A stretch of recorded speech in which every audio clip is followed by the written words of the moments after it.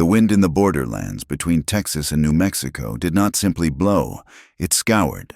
It stripped the paint from the sides of wagons, peeled the skin from a face left unprotected, and whispered constantly through the cracks of the walls. A reminder that silence was a luxury no one could afford in the year 1875. It was a hard year, a year of iron and dust. The railroad was cutting a scar across the belly of the territory, bringing with it men who smelled of coal smoke and ambition, while the old masters of these plains, the Comanche, were being hunted into shadows and stories. Ada Whitfield stood by the water trough, watching a roan mare drink. The water was clear, bubbling up from the limestone aquifer that made this patch of scrubland worth more than gold to a thirsty man. Ada was 26 years old, though she often felt as ancient as the canyon rocks that sheltered her small station. She wiped her forehead with the back of a gloved hand, leaving a streak of pale dust against skin that had forgotten how to be soft. She was a woman built of practicalities. Her dress was plain calico, faded to the color of dried sage, hemmed short enough to keep out of the mud but long enough to be decent. She wore a man's hat, the brim pulled low, and her boots were scuffed from years of walking the rocky path between the station house and the stable. "Drink up, girl," Ada murmured to the mare. "It is a long way to the next drop." This station was her life and her prison. It had been the dream of her husband, a man whose face was beginning to fade in her memory like a photograph left in the sun. He had gone off to fight in the war between the states, believing in causes she did not understand, and he had returned in a pine box, leaving her with a mortgage, a station on a strategic trail, and a silence that stretched for miles in every direction. The station was a necessary stop for the stagecoaches and the freight wagons heading west toward Santa Fe or east toward the civilized comforts of Fort Worth.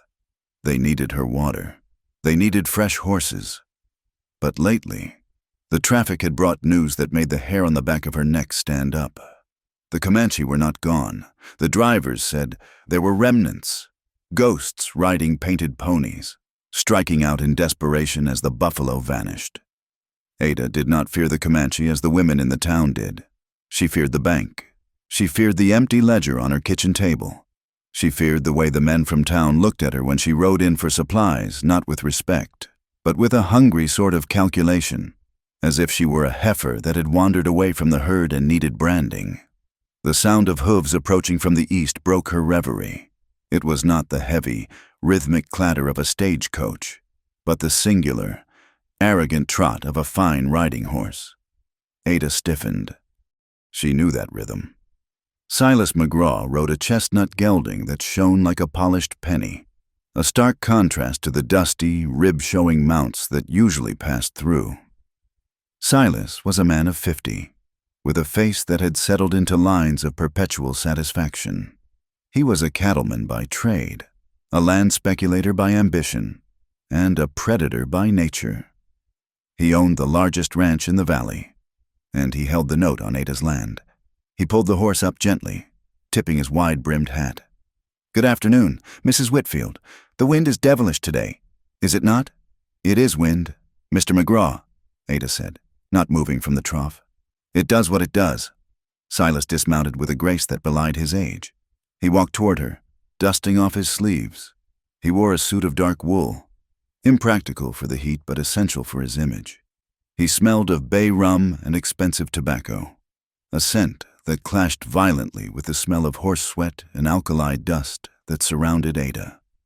"I was passing through on my way to town," Silas said, his eyes moving past her to the spring house, then to the sturdy corrals, and finally to the pass in the canyon beyond. "I thought I would check on my investment." "You mean your neighbor?" Ada corrected him, though her voice lacked heat. She was tired. "Neighbor, indeed." Silas smiled. It was a smile that never quite reached his eyes, which remained as cold and flat as a snake's. "Though, frankly, Ada, I worry about a woman alone out here. With the railroad coming through, the value of this land is shifting. And with the news about the savages, well, it is not safe. I have a Winchester rifle and 2 good dogs. Mr. McGraw, I have managed for 5 years alone." Silas stepped closer, invading her space just enough to make her uncomfortable. "Managing is not living. Ada, you work like a mule. Look at your hands." Ada instinctively curled her fingers into her palms. "I have made you a generous offer," Silas said, his voice dropping to a register that was meant to be intimate, but sounded merely oily. "Marry me. Let me absorb your debt. You would live in a big house. You would have servants. You would never have to carry a bucket of water again." Ada looked at him. She saw the truth behind the offer. Silas McGraw did not want a wife. He wanted the water rights. He wanted the strategic choke point of the canyon so he could squeeze the railroad company for every dollar they had when they finally laid tracks through here.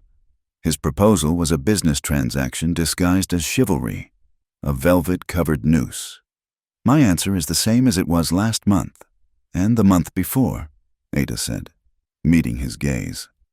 "I intend to pay off the note. Mr. McGraw, the traffic is good this season." Silas sighed, a theatrical exhalation of patience tested. "The traffic is good, but the interest is high, and my bank is becoming impatient. I can only hold back the foreclosure proceedings for so long out of the kindness of my heart." There was no kindness in his heart, and they both knew it. "I am going to town today," Silas continued, adjusting his cuffs. "There is to be a spectacle. The marshals brought in a Comanche buck, a raider. They say he is the one who hit the Miller farm last week. They are going to make an example of him in the square." Ada felt a cold ripple move through her stomach.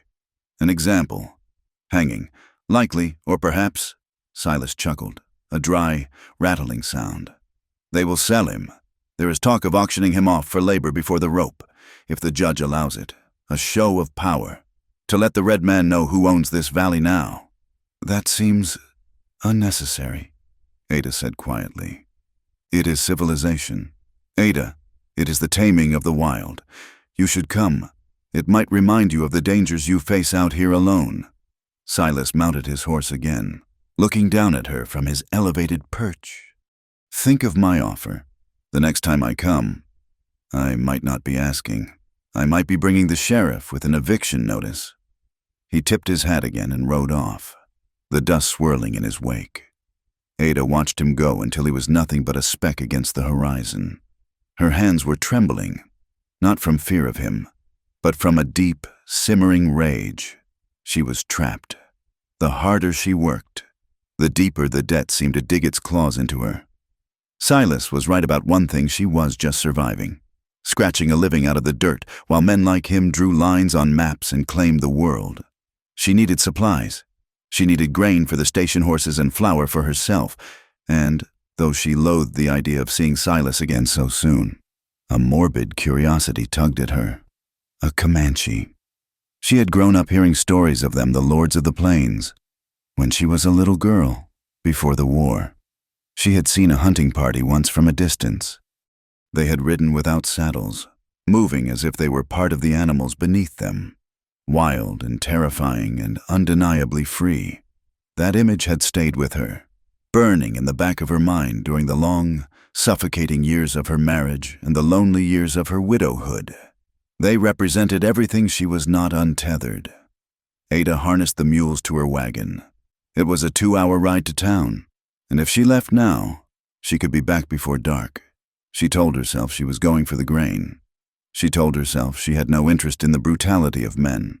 But as she climbed onto the seat and snapped the reins, she knew she was lying. The town of Red Creek was little more than a collection of wooden buildings huddled together against the vastness of the plain. As if afraid of the open space, the wind blew dust down the main street, coating the windows of the saloon, the general store, and the bank in a fine gray film. Today, however, the town was alive. Wagons were parked 3 deep along the boardwalks. Horses were tied to every available rail. Men stood in clusters, passing bottles of whiskey and chewing tobacco, their voices loud and jagged with excitement. There was a tension in the air, a charge like the static before a thunderstorm. It was the smell of violence. Ada guided her mules to the livery stable at the edge of town. The stable master, an old man with one leg named Thomas, took the reins. "Big day, Mrs. Whitfield," Thomas said, spitting a stream of brown juice into the straw. "The whole county is here." "So I see," Ada said, climbing down. She brushed the dust from her skirt. "Is it true about the prisoner?" "Aye, the sheriff brought him in at dawn, dragged him behind a horse for the last mile, just to take the fight out of him. He is in the square now." Thomas shook his head. "They are building a platform, going to be a regular circus." Ada thanked him and walked toward the center of town. She kept her head down, the brim of her hat shielding her face. But she could feel the eyes on her. A woman alone, a widow who owned land, was always a subject of conversation. She walked with a brisk, purposeful stride, clutching her reticule tightly against her side. The town square was not really a square. It was just a widening of the muddy street in front of the courthouse. A crowd had gathered, a dense mass of hats and shoulders. There were cowboys from the outlying ranches, railroad workers with soot on their faces, shopkeepers in their aprons, and even a few women in bonnets, craning their necks to see. In the center of the crowd, a makeshift wooden platform had been erected. It was rough-hewn, the wood still pale and smelling of sap. A heavy post stood at one end, and a coil of thick hemp rope lay waiting. But it was not just an execution site. There was a table set up, and a man with a gavel, the town auctioneer, a man who usually sold cattle and furniture, was leaning against the railing, looking self-important. Ada pushed her way to the edge of the crowd, trying to remain inconspicuous near the wall of the dry goods store. She told herself she should go inside, buy her flour, and leave. But her feet would not move. "Bring him out," a voice shouted from the front of the crowd. "Let us see the savage," another yelled. The door of the jailhouse opened, and a roar went up from the mob. It was a sound of hatred, but underneath it, there was fear. Even in chains, the Comanche terrified them. 2 deputies stepped out, dragging a man between them.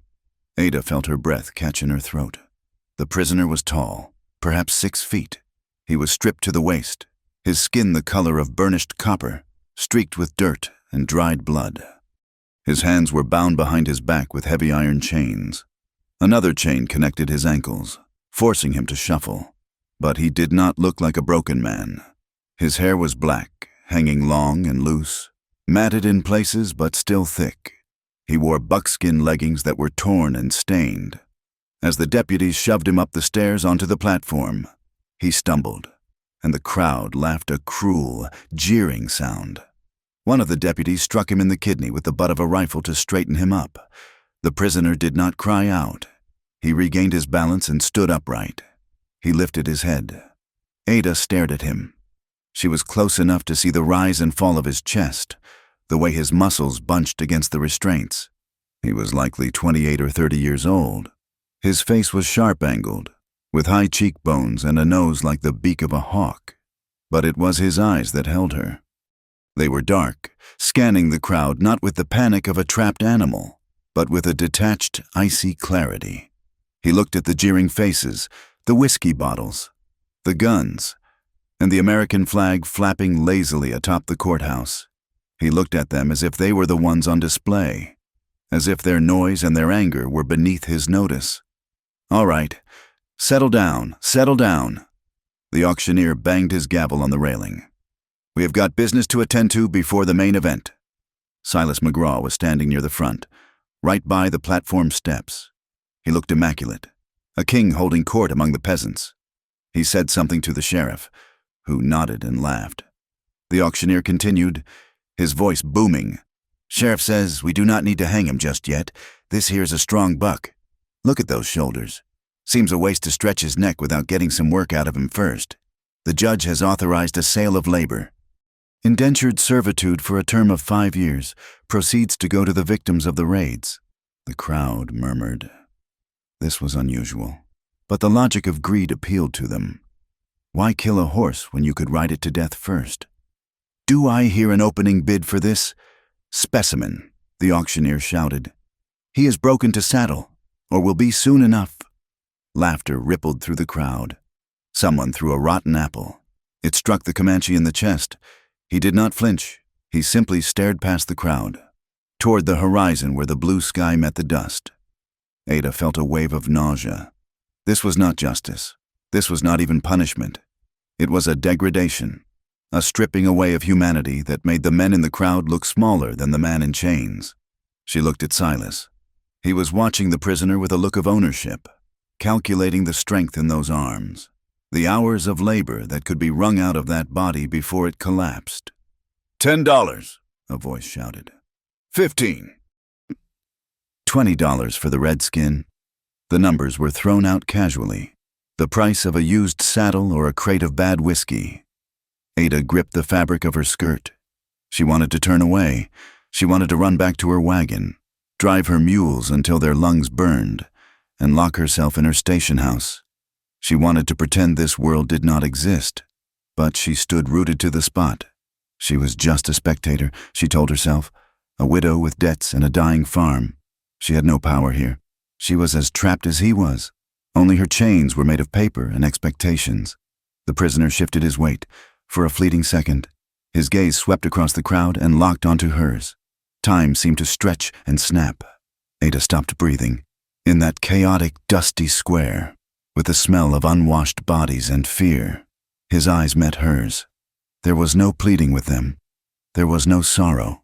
There was only a fierce, silent acknowledgement of reality. I am here, his eyes seemed to say. And you are there, and we are both watching the end of the world. It was a look that stripped her bare. It made her feel ashamed of her own passivity, ashamed of the white skin that placed her on the safe side of the railing. $50. Silas McGraw's voice cut through the air like a whip crack. The crowd went silent. $50 was a significant sum. It was more than most of these men earned in 2 months. Silas turned to the crowd, smiling benevolently. I reckon he can clear those stumps on the South Ridge before we hang him, Silas announced loudly. And it keeps the county safe to have him under my watch. $50 going once, the auctioneer yelled. Happy to have a serious bidder. Silas turned his head and saw Ada standing by the dry goods store. His smile widened. He tipped his hat to her, a gesture of possession that encompassed the town, the prisoner, and her. It was a silent message. See what I can buy. See what happens to those who defy the natural order. I own this man. And eventually, Ada, I will own you. The arrogance of it hit Ada in the chest like a physical blow. She looked at the Comanche, standing proud and silent while they haggled over his life. She looked at Silas, preening like a rooster. And she looked at the men around her, grinning with the bloodlust of the pack. She was not just a spectator. She realized with a sudden, terrifying clarity that she was part of the machine that was grinding this man down. And if she did nothing, if she just walked away, that machine would eventually come for her too. $50 going twice, the auctioneer raised his gavel. The wind kicked up again, swirling dust around the legs of the platform. The flag snapped overhead. Ada felt a strange heat rising in her blood, a recklessness she had suppressed for years. It was the same feeling she had when she looked at the storm clouds gathering over the mesa, the knowledge that shelter was safe. But the storm was real.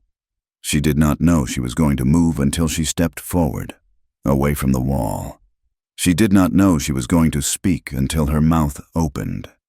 She was just a woman in a faded calico dress, standing in the dust of a town that wanted to crush her. But in that moment, the emptiness inside her, the loneliness of the station, the anger at Silas, and the haunting memory of the free riders on the plains all collided. The gavel began to descend. The crowd held its breath. Ada's heart hammered against her ribs like a trapped bird, but her voice, when it came, was steady and clear, cutting through the wind. She was about to do something that would shatter her life. She was about to step onto the stage. The wooden platform groaned under the weight of the men, a low, dry sound that seemed to mimic the collective exhale of the crowd. Tahan stood at the center of the stage, isolated by a circle of empty space that the deputies had instinctively left around him. He was a Comanche warrior, a man whose very name was whispered like a curse by the settlers in the valley. Yet here he was, bound in iron and paraded like a prize heifer at a county fair.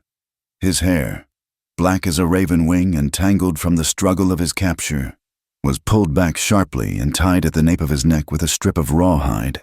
His chest was bare, revealing a map of scars, thin white lines from briars, puckered marks from old bullet grazes, and the deeper, jagged ridges of knife wounds earned in battles that no white historian would ever record. He was lean, stripped of the winter fat, his ribs showing faintly beneath skin that was the color of the earth after a rainstorm. But it was his stillness that unsettled the mob. A man facing the rope or the whip usually trembled. He usually begged, or he raged, spitting curses at his captors. Tahan did neither. He stood with his feet planted shoulder-width apart, his chin lifted slightly, his dark eyes moving slowly across the sea of faces. He did not look at them as individuals. He looked at them as one looks at a swarm of biting flies, annoying, numerous, but ultimately beneath the dignity of anger. He refused to bow his head. He refused to acknowledge the shame they tried to drape over him like a heavy blanket. The auctioneer, a man named Gable, who sweated profusely even in the cool of the morning, wiped his brow with a dirty handkerchief. He stepped closer to Tahan, though he was careful to stay out of the range of a sudden kick. "Look at the Constitution on this one," Gable bellowed, his voice cracking with theatrical enthusiasm. "Strong back, good teeth. You want a field plowed. You want stumps pulled.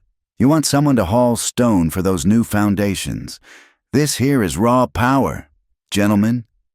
And the sheriff says if he acts up, you have got the legal right to put him down. No questions asked." A ripple of laughter went through the crowd. It was a sound that made Ada Whitfield feel cold in the midday sun. "What is the bid?" Gable shouted. "We are starting at $50. $50 for 5 years of labor. That is $10 a year. Men, you cannot hire a crippled boy for that price." Silas McGraw stood near the front, his thumb hooked casually into his vest pocket. He looked back at Ada, his eyes gleaming with a mixture of arrogance and a dark, possessive amusement. He raised a finger. "55, Silas said. His voice was not loud, but it carried the weight of money, and the crowd quieted to hear him. "55 from Mr. McGraw," Gable crowed. "Silas knows value when he sees it. He's going to clear that south section, are you not, Silas?" "I reckon I will," Silas drawled, turning fully to face the crowd, though his gaze lingered on Ada. "I will work him until he drops, and then I will let the buzzards have him. It is cheaper than gunpowder." The men around him guffawed, slapping their thighs. They were drunk on whiskey and drunk on the spectacle. They passed a flask around, their faces flushed and shiny. "60, yelled the blacksmith, a giant of a man with soot-stained arms. "I need someone to work the bellows. Someone who does not complain about the heat." 65, Silas countered immediately, his smile never wavering. Ada felt a sickness rising in her throat. It tasted like bile and dust. She watched Tahan. He had not flinched at the bids. He stared straight ahead, his gaze fixed on the distant tree line where the sky touched the earth. It was a look of such profound solitude that it pierced Ada's heart. She realized, with a jolt that nearly made her knees buckle, that he had already accepted his death. He expected to die today, or tomorrow. He had made his peace with the spirits of his ancestors. He was not afraid of the hanging. He was only enduring this farce until the end came. She caught his eye again. This time, he did not look past her. He looked at her. The contempt was there, sharp and clear, a judgment upon her and her kind. But beneath the contempt, there was a flicker of confusion. Perhaps he saw the way her hands were twisting the fabric of her dress. Perhaps he saw that she was not laughing. For a second, the invisible wall between the conqueror and the conquered thinned. Ada felt a rush of shame so potent it burned her cheeks. She was standing here, silent, while a human being was sold by the pound. She was no better than Silas. She was no better than the men passing the whiskey. Silas stepped back from the railing and moved toward Ada, parting the crowd like a ship cutting through water. He stopped beside her, smelling of expensive tobacco and confidence. "You see, Ada," he said softly, leaning down so only she could hear, "this is the way of the world. The strong take what they need. The weak get sold or buried. He is a man. Silas, Ada said, her voice trembling despite her best efforts to keep it steady. He is a savage, Silas corrected her, his tone hardening. And he is a resource, just like that water on your land, just like the land itself. He paused, letting the threat hang in the air between them. If you nod your head to me, Ada, just a little nod, I will stop the bank proceedings tomorrow. I will pay off your note. You will never have to worry about money again. I will even buy this buck for you. If you want a servant to chop your wood. Ada looked at him with horror. The casual cruelty of his offer made her stomach turn. He was trying to buy her just as surely as he was trying to buy the Comanche. Suddenly, a rough hand clamped onto her shoulder. Ada gasped and spun around. It was a cowboy from the Bar T Ranch, a man named Miller, who was known for his mean streak when he was in his cups. His breath reeked of cheap rye, and his eyes were swimming. Well now, Miller slurred, grinning at the crowd. Look here, boys, the widow's getting all flushed. What is the matter? Widow Whitfield. You like what you see up there? The crowd roared with laughter. Ada tried to pull away, but Miller's grip tightened. Let go of me, she hissed. Silas here is too old for you, is he not? Miller shouted, playing to his audience. Why do you not buy him for yourself? Widow, I bet a big red skin like that could keep you warm in the winter. At least he would be more loyal than Silas. The laughter exploded, raucous and ugly. It was a sound that stripped Ada of her dignity, reducing her to a punchline in a dirty joke. She felt the blood drain from her face. She looked at Silas, expecting him to defend her, to strike the man down. But Silas only stood there, his face tight with a cold anger that was directed not at the cowboy, but at her for being the cause of his embarrassment. He did not move. Ada was shoved forward by the press of the crowd. She stumbled, nearly falling into the dust at the foot of the platform. The auctioneer looked down at her, smirking. $70 is the bid from Mr. McGraw, the auctioneer yelled, ignoring the commotion. Do I hear 75? Ada looked up. Tahan was looking down at her. He had seen the cowboy grab her. He had seen the laughter. And in that moment, his expression changed. The contempt vanished, replaced by a strange, cold curiosity. He saw her now not as one of the pack, but as another wounded thing, cornered and mocked. The shame inside Ada transmuted into something else. It became a hot, white fire. It was rage. Rage at Silas for his manipulations. Rage at the bank for its greed. Rage at the town for its cruelty. And rage at herself for being afraid. She did not know what she was going to do until the words were already leaving her mouth. 75. Silas called out from behind her, his voice sounding bored. $80, Ada said. Her voice was not loud, but it cut through the laughter like a knife. The silence that followed was instantaneous. The auctioneer blinked, his gavel hovering in midair. I beg your pardon, ma'am. Ada straightened her spine. She brushed the dust from her skirt with trembling hands, then looked directly at the auctioneer. I said $80. That is a valid currency. Is it not? A gasp went through the crowd. Whispers broke out like wildfire. The widow buying a savage. What on earth? Silas McGraw stepped forward, his face darkening to the color of a bruised plum. Ada, do not be a fool, he snapped. You do not have $80 to throw away. That is my business, Mr. McGraw, Ada said, not looking at him. She kept her eyes on the auctioneer. 85, Silas barked, his voice rising. He was angry now. This was a challenge. Publicly. From a woman he considered his property in all but name. 90, Ada said immediately. The crowd was buzzing now. This was better than hanging. This was a duel. 95, Silas shouted. $100, Ada said. The number hung in the air, heavy and absolute. $100. It was a fortune. It was everything she had saved for the winter grain, for the repairs to the roof, for the interest payment on the loan. It was financial suicide. Silas stared at her. His mouth opened, then closed. He looked at the determination in her eyes, the set of her jaw. He realized something, then she was serious. And more than that, he realized that if he bid again, He would be paying over $100 for a man he intended to work to death in a month. It was bad business, and Silas McGraw never did bad business. But the insult burned him. He narrowed his eyes. Let her have him, he thought viciously. Let her spend her last dime. Then, when the bank comes calling next month, she will have nothing left. She will come crawling to me on her knees. Silas let out a short, sharp laugh. He tipped his hat to the auctioneer. I am out. The widow seems to have a desperate need for companionship. The implication was vile, and the crowd snickered. But Ada did not flinch. She stood rigid, her heart hammering against her ribs so hard she thought it might crack the bone.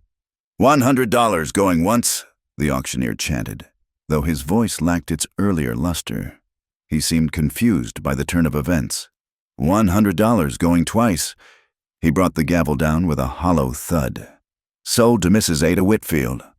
The sound of the gavel seemed to echo across the square. Ada felt a wave of dizziness. What had she done? She had just bought a man. A Comanche warrior. A killer. If the stories were true. She had no chains, no cell, no guards. She lived alone in a station house miles from help. She walked toward the platform steps. Her legs felt like lead. The crowd parted for her, but this time there was no laughter. There was a heavy, sullen silence. They looked at her with suspicion, with disgust. She had crossed a line. She had stepped out of her place as a grieving, helpless widow and done something incomprehensible. She reached into her reticule and pulled out the heavy leather pouch. Her hands shook as she counted out the gold eagles and the silver dollars. It was everything. Every coin felt cold and heavy. She placed the stack on the table in front of the auctioneer. There, she said, $100. The sheriff, a man with a mustache that drooped over his lip, looked at her with open disdain. He spat on the ground near her boots. You are making a mistake. Ada, this is not a pet dog. He will cut your throat the first chance he gets. Give me the key, Ada said. The sheriff grunted and tossed a heavy iron key onto the table. Then he gestured to the deputies. Unchain his legs. Leave the hands. She can deal with him. The deputies unlocked the shackles around Tahan's ankles. The chains clattered to the wooden floor. Tahan shifted his feet, testing his balance. He did not rub his ankles. He simply turned and looked at Ada. She stood at the bottom of the stairs, and he stood at the top. For a moment, they were the only two people in the world. Ada looked up at him, and she saw the change in his eyes. The contempt was still there. Yes, but it was mixed now with a profound wariness and curiosity. Why had this white woman, this enemy, thrown her life away for him? He knew what money meant to these people. He knew she had just paid a king's ransom. He walked down the stairs slowly. The crowd shrank back, giving him a wide berth. He stopped 2 feet in front of her. He smelled of stale sweat, horses, and the iron of the shackles. But underneath it, there was the scent of pine smoke and open wind. He towered over her. The sheriff handed Ada the end of the chain that bound Tahan's wrists. The iron was cold and rough in her palm. It felt hateful. She wanted to drop it, but she curled her fingers around it, holding tight. Walk, she whispered, her voice barely audible. Tahan looked at the chain in her hand, then up at her face. His lip curled slightly. Not in a smile, but in a grimace of irony. He had exchanged a cage of wood for a keeper in a calico dress. He understood the transaction. He was alive, but he was not free. He nodded once, a sharp, jerking motion. Ada turned and walked toward her wagon, the chain pulling taut between them. She could feel the weight of him behind her. A silent, brooding presence. She could feel the eyes of the town boring into her back. Silas McGraw was watching. She knew. He was waiting for her to fail. He was waiting for the blood to spill. She climbed onto the wagon seat, her movements stiff. She tied the end of the chain to the metal rail of the seat, a flimsy restraint for a man who had likely fought bears and soldiers. Tahan stood by the wheel, waiting. Get in the back, she said, gesturing to the bed of the wagon. Tahan vaulted over the side with a grace that startled her. He sat down amidst the empty grain sacks, his back against the sideboards, his dark eyes fixing on her. Ada snapped the reins. The mules lurched forward. The wagon wheels groaned as they rolled through the dust. They passed the saloon, the bank, and the silent, staring crowd. They passed Silas, who raised his hat in a mocking salute as they went by. As they left the town limits and the vast, open prairie swallowed them, the silence of the land descended. But it was not peaceful. It was heavy with unspoken questions. Ada drove with her eyes fixed on the road, but every nerve in her body was attuned to the man behind her. She had saved him, or perhaps she had doomed them both. She had bought a killer to save him from a hanging, and now she was taking him home to the very place Silas wanted to steal. She had no weapon in her hand, only the reins, and behind her sat a warrior who watched the back of her neck, calculating, waiting, and wondering what kind of madness possessed the woman who held his chain. The wind howled across the plains, kicking up dust devils that danced and died in the heat. The inciting incident was over. The fuse was lit. Now, they just had to wait for the explosion. The wheels of the buckboard wagon ground against the hard-packed caliche road, a rhythmic crunching sound that seemed to amplify the silence stretching between the driver's seat and the wagon bed. The sun was beginning its descent, painting the western sky in bruises of purple and angry orange. Ada Whitfield held the reins, her knuckles white inside her leather gloves.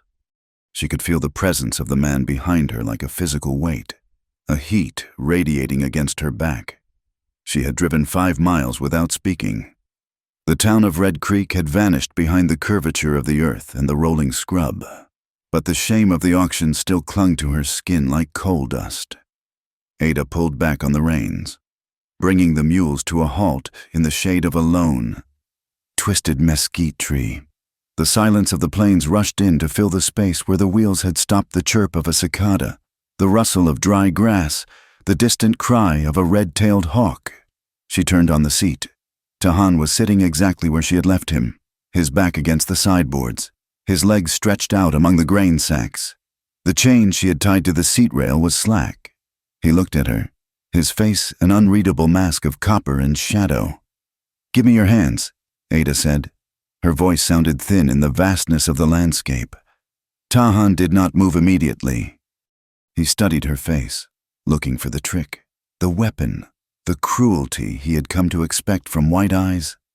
Slowly, he lifted his bound wrists. Ada produced the heavy iron key from her pocket. She climbed over the back of the seat, her boots landing softly on the grain sacks.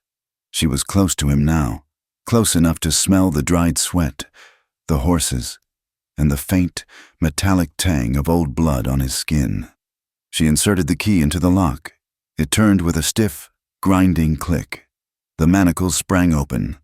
"I did not buy you to keep you," Ada said, the words tumbling out in a rush. She needed him to understand. She needed to wash the stain of the transaction from her soul. "I bought you because they were going to kill you, or worse. I am not a slaver, and I am not Silas McGraw. You are not my property." Tahan rubbed his wrists where the iron had bitten into the skin, leaving raw, red bracelets. He looked at his hands, flexing the long, scarred fingers, and then he looked at her. His eyes were cold, void of gratitude.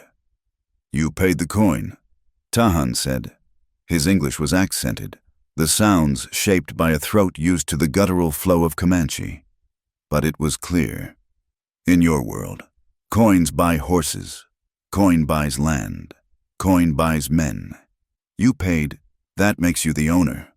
"No," Ada insisted, frustration rising in her chest. "I paid a ransom. There is a difference." "To the man in the cage, the difference is small," Tahan replied. He leaned back, resting his head against the wood of the wagon. "You have taken the chain from my wrists, woman, but you have not taken the rope from my neck. If I walk away from this wagon, the first patrol I see will shoot me. If I go back to town, they will hang me. You have bought a dead man. You just have not buried him yet." Ada stared at him, stung by his blunt refusal to accept her benevolence. She had spent every cent she had, $100, and he looked at her with nothing but a weary cynicism. "Then do not walk away," Ada snapped, her temper flaring. She was tired of being afraid and tired of being managed. "I have a station to run. It is hard work. If you stay, you work. If you leave, you die. That is the choice. Not because I own you, but because that is the world we are living in." Tahan watched her, a flicker of interest sparking in his dark eyes. He had expected tears, or commands, or the nervous fluttering of a white woman terrified of a savage. He had not expected the sharp edge of pragmatism. "I will ride," Tahan said simply. They returned to the station as the last light bled from the sky. The Whitfield station was a modest collection of buildings huddled against a limestone ridge, a main house built of rough-hewn logs and adobe, a large barn, a corral that held 6 sturdy horses, and the precious windmill that pumped water from the deep aquifer into a stone trough. It was an oasis in a desert of scrub brush, the only reliable water for 20 miles. Ada unhitched the mules, her movements practiced and efficient. Tahan climbed down from the wagon. He did not offer to help, nor did she ask. He stood in the center of the yard, turning in a slow circle, taking in the lay of the land. He looked at the horizon, at the way the canyon walls funneled the wind, at the tracks of the stagecoach that had passed 2 days prior. He was mapping it. "There is a loft in the barn," Ada said, pointing. "There are blankets. You can sleep there. There is food in the kitchen. I will bring a plate out." "I sleep where I can see the sky," Tahan said. He walked toward the corral, sat down with his back against the fence, and closed his eyes. Ada watched him for a moment, then turned and walked into the house. She locked the door behind her, sliding the heavy oak bolt into place. It was a futile gesture. She knew, if he wanted to kill her, a wooden door would not stop him. But the bolt was a habit, a small ritual of safety that she could not abandon. The next morning brought the reality of her situation crashing down with the arrival of a rider. It was not Silas, but his foreman, a man named Garrett who had eyes like a coyote and a smile that showed too much gum. He rode up to the porch just as Ada was pumping water. Garrett did not dismount. He leaned over his saddle horn, holding out a folded piece of paper. "Mr. McGraw sends his regards. Widow Whitfield," Garrett sneered. "And this?" Ada wiped her hands on her apron and took the paper.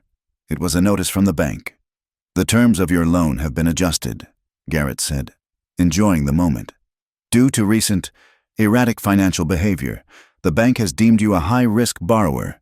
The interest rate has been raised to 15%, effective immediately. And the principal is due in full by the 1st of October. That is 2 months from now." "He cannot do that," Ada said, her voice shaking with rage. "We had an agreement." "Silas says the agreement was based on your good character. Buying a redskin murderer in the town square tends to damage a lady's reputation. Makes the bank nervous." Garrett spat on the ground near her boots. "However, Mr. McGraw wanted me to remind you that his other offer still stands. Marriage clears all debts, and it protects a woman's honor from the gossip that is sure to start spreading about what goes on out here with your new—" "Buck!" Ada tore the paper in half. "Get off my land." "Garrett," Garrett laughed, wheeling his horse around. "I am going, but you might want to tell your pet Indian to stay out of sight. Some of the boys are talking about target practice." When the dust from Garrett's horse had settled, Ada turned to find Tahan standing by the corner of the barn. He had been listening. He had been there the whole time, silent as a shadow. "He wants the water," Tahan said. It was a statement, not a question. "Yes," Ada admitted, feeling the exhaustion settle into her bones. "He wants the water, and the land. And you—" "That is just the price of the deed," Ada said bitterly. "He wants to own everything in the valley. He thinks he is a king because he owns a bank." "A man who owns the land is a fool," Tahan said, looking at the red dirt. "The land owns the man until he dies, and then the land eats him." Over the next week, a strange, tense rhythm established itself at the station. To the few travelers who passed through a freight wagon driver, a pair of weary prospectors, Ada told the lie she had constructed. Tahan was a hired hand, a Mexican Comanche half-breed from Santa Fe who was working off a debt. It was a thin lie. Tahan did not look like a laborer. He looked like a weapon left leaning against a wall. But the travelers were usually too tired or too wary to press the issue, especially when Tahan stood by the horses, his arms crossed, watching them with unblinking intensity. The work was hard. Tahan proved to be worth the money, though he worked with a sullen independence. He repaired the corral fence that had been leaning for a year. He shod the horses, handling the animals with a gentleness that surprised Ada. With the beasts, the hardness left his face. He spoke to them in his own tongue, low murmurs that calmed even the most skittish mare. But the threat of Silas hung over them like a thunderhead. One night, the wind died down, leaving the air still and heavy. Ada lay in her bed, staring at the rough timber of the ceiling. She could not sleep. The worry about the money, the debt, and the 15% interest was a rat gnawing at her stomach. She rose, threw a shawl over her nightdress, and walked out onto the porch. A sound drifted from the corral. It was singing. It was a low, chanting melody, rising and falling in a minor key that sounded ancient and mournful. It was a song of the open plains, of buffalo grass and blood. Ada walked softly across the yard, the dust cool beneath her bare feet. Tahan was sitting on the top rail of the corral fence, facing the moon.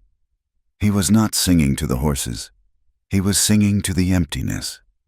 He stopped when he heard her approach, but he did not turn around. "Why do you stay?" Ada asked softly. She climbed up to sit on the bottom rail, keeping a respectful distance. "I do not lock you in at night. You could take a horse. You could be gone before dawn." "Gone where?" Tahan gestured to the north with his chin. "The Bluecoat soldiers have a fort at Fort Bascom. They patrol the river. To the east, the Texas Rangers are hunting. To the south, the Mexicans will shoot me for sport. To the west, there is only the dry land and the reservation." He turned to look at her, his face illuminated by the moonlight. "I know the map. Woman, I have the geography in my head. There is no place left for a lone wolf. Only the pack survives, and my pack is scattered." "So you stay because you are trapped," Ada said. "I stay because this is high ground," Tahan corrected. "And because you have enemies.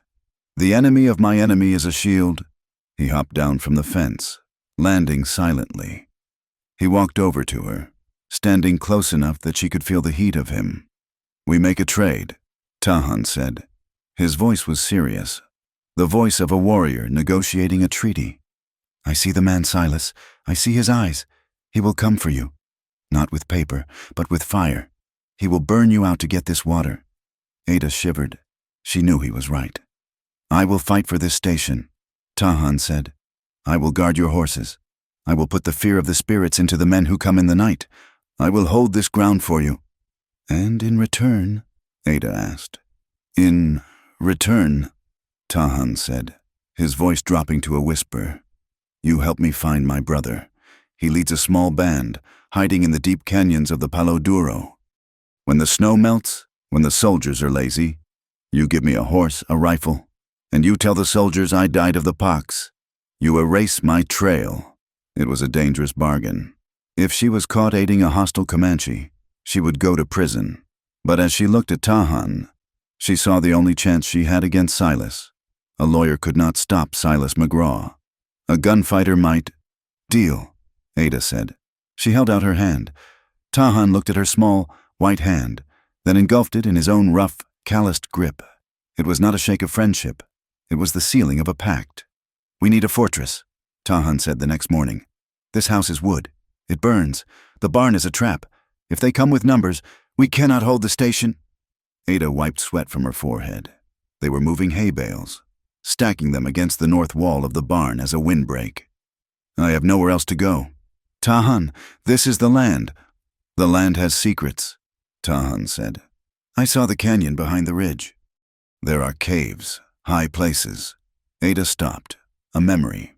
sharp and painful, pierced her. "There is a cabin," she said quietly. Tahan paused. A bale of hay balanced on his shoulder. "Show me." They rode out an hour later.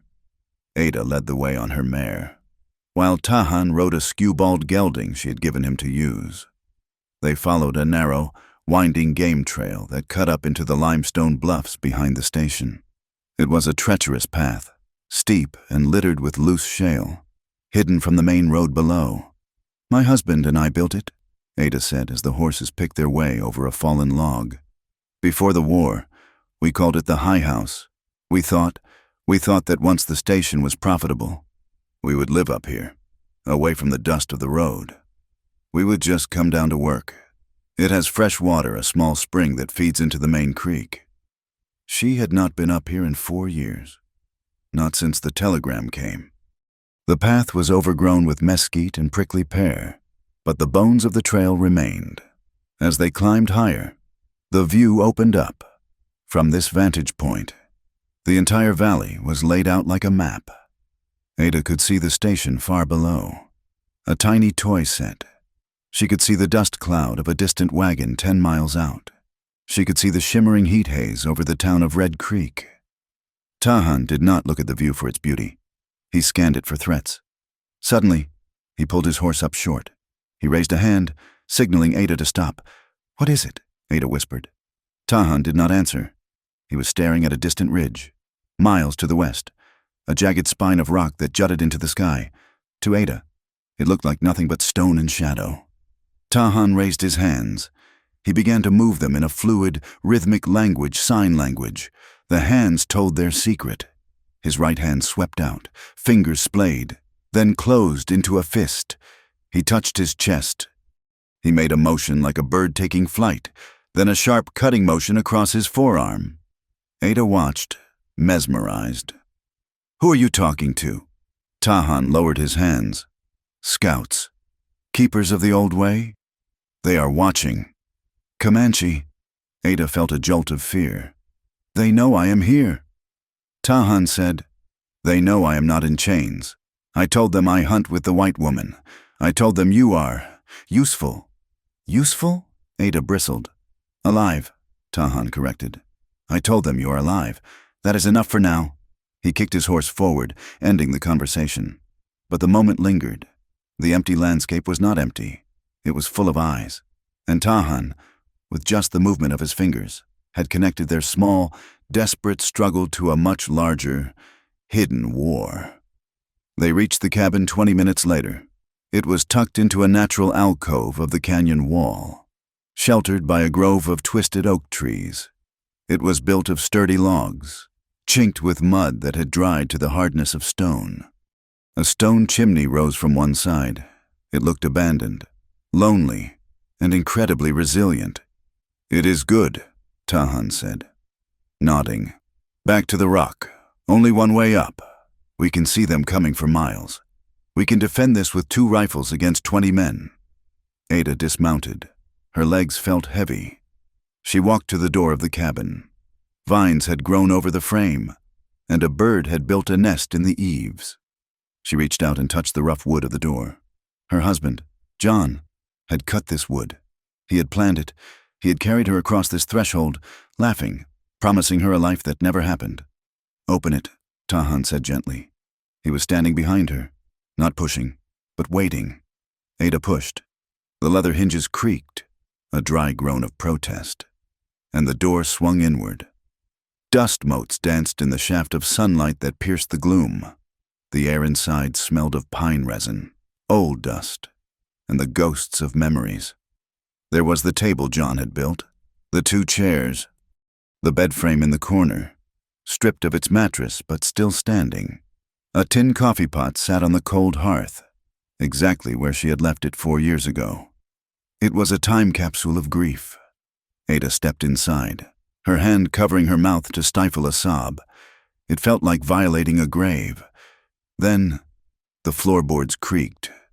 Tahan stepped in behind her. The presence of the Comanche warrior in this intimate, sacred space was jarring. He filled the small room with his size, his wildness. He did not belong here. This was a place of white domestic dreams, of curtains and Bibles, and yet, as he moved to the window, wiping away a cobweb to peer out, Ada realized that the dream was dead. John was dead. The domestic life was gone. What remained was the dust, the debt, and this man, this fierce, silent stranger who was currently checking the sightlines from her dead husband's window. Tahan turned to face her. In the dim light, the scars on his chest seemed deeper. He looked at the empty hearth, then at the sturdy walls. "We will bring water," Tahan said. "We will bring powder and lead. We will bring dried meat. When the fire comes, we will be ready." He looked at Ada, and for the first time the barrier of race and history seemed to thin. He was not looking at a white woman. He was looking at a partner in survival. "This is a good place to fight," he said. Ada lowered her hand. She looked at the empty coffee pot, then at the warrior standing in the center of her lost future. She took a deep breath, inhaling the dust and the pine. "Yes," Ada said, her voice finding its steel. "This is a good place to fight." The days that followed were a study in deception. To the passing world, the Whitfield station was merely a dusty pause on the long road between civilization and the empty horizon. The stagecoaches came and went, the drivers spitting tobacco juice into the dirt and complaining about the heat. The freight wagons groaned under the weight of timber and steel, their wheels cutting deep ruts into the hardpan. Ada served coffee that tasted of chicory and burnt beans. Tahan, the hired hand, worked the bellows in the smithy or hauled water, his face hidden beneath the brim of a battered hat. But when the sun dipped below the crimson edge of the mesa, the station transformed. It became a hive of secret industry, under the cover of a moon that was often little more than a silver paring in the sky. Ada and Tahan moved supplies up the narrow, treacherous game trail to the cabin in the canyon. It was grueling work. They carried sacks of flour, tins of coffee, smoked venison, and heavy boxes of ammunition. They carried blankets that smelled of cedar and wool. They carried water in canvas skins, slung over the backs of the surest-footed horses. It felt less like they were stocking a larder and more like they were fortifying a citadel. They were preparing for a siege, though neither of them spoke the word aloud. The cabin, once a hollow shell of Ada's grief, began to change. The dust was swept away. The hearth was cleared of bird nests. It was filled with the necessities of life and death. And in the process, it ceased to be the tomb of Ada's marriage to John and began to become something else, a space defined not by what was lost, but by what was being protected. They slept there on the nights they could risk leaving the station unattended. It was a tactical decision. Tahan insisted. They needed to acclimate to the high ground. The room was small. A fire usually burned in the hearth, casting long, dancing shadows against the log walls. Ada slept on the rope bed frame, which they had padded with fresh hay and quilts. Tahan slept on the floor near the door, wrapped in a buffalo robe, his Winchester rifle resting within easy reach of his hand. The space between them was filled with the crackle of the fire and the weight of their unspoken history. On the fourth night, the silence broke. Tahan was sitting cross-legged, staring into the flames. He began to speak, not to Ada, but to the air above him. He spoke in Comanche, a flowing, rhythmic cascade of sounds that seemed to mimic the wind in the grass and the rush of water over stone. Ada lay still, watching him. "What are you saying?" she asked softly. Tahan paused. He did not look at her. "I am speaking to the land. I am telling the spirits of this canyon that we are here. I am asking the earth to remember the feet of my grandfathers, so that it does not shake us off." "Do you think the land listens?" "The land always listens," Tahan said, turning his dark eyes toward her. "It is the men who are deaf." Ada pulled the quilt tighter around her shoulders. "My husband, John, thought he could tame this land. He talked about fences. He talked about orchards. He saw the valley as a blank page where he could write his name." She looked at the ceiling beams. "He was a soldier. He fought for the Union. He believed in the great cause. But when he came back, he was hollowed out. The war took his spirit, and the debt took his pride. He died of a fever, but I think really, he died of exhaustion. He was crushed by the weight of things he could not control. Tahan nodded slowly. He picked up a small piece of wood and tossed it into the fire. Sparks swirled up the chimney. "My people," Tahan said, his voice low and raspy. "We are wolves who are told to be dogs. The white soldiers draw lines on paper and say, 'This square is yours.' They put us on land where the water is bitter and the game is scarce. Our children cough and become thin. Our women look at the horizon and weep because they cannot see the end of the fences." He looked at his hands, the hands that Ada had unchained. "I fought, I raided, not for glory, but because a man cannot watch his world shrink until it is the size of a grave and do nothing. But now, the buffalo are gone. The iron road comes, and we are crushed, just like your John, by the same machine." The realization settled over Ada like a cold frost. They were opposites, a white woman and a Comanche warrior, yet they were bound by the same tragedy. The relentless, grinding expansion of a society that valued profit over people, and maps over the truth of the soil, had cornered them both. Silas McGraw was not just a man, he was the face of that machine. "We are not dead yet," Ada whispered. "No," Tahan agreed, "not yet." While they fortified the cabin, the town of Red Creek was festering. Silas McGraw was a man who understood the power of a story, and he was spinning a tale that played on every fear the settlers harbored. He sat in the saloon, surrounded by men who owed him money or feared his influence. He bought rounds of whiskey and spoke in grave, concerned tones. "It is not just about the widow," Silas said, shaking his head sadly. "I worry for her, of course. But that buck she bought, I have heard reports. There are smoke signals on the ridges, tracks near the waterhole. He is not working for her. He is a scout. He is bringing them in." "You think she is in on it?" asked the blacksmith, his face flushed with drink. "I think she is a lonely woman who has been bewitched," Silas said, letting the insinuation hang in the smoke-filled air. "Or perhaps she has turned. It happens. Some folks go wild. But ask yourselves this: do you want a Comanche war party staging out of that canyon? Do you want them sleeping 2 miles from your wives and daughters?" The mood in the town shifted. The ridicule that had been directed at Ada for buying the Indian turned into a dark, paranoid suspicion. Women crossed the street when Ada rode in for supplies. The shopkeeper barely spoke to her. The children stopped playing and stared with wide, fearful eyes. The joke was over. The hunt was beginning. Then, the sky turned the color of a bruised plum. It happened in the late afternoon of the second week. The wind, which was always a presence, suddenly stopped. The silence was absolute and terrifying. Then, on the northern horizon, a wall appeared. It was purple and black, stretching from the earth to the heavens, roiling like a living thing. "Dust storm," Tahan said. He was standing by the corral, sniffing the air. "A big one, the grandfather of storms.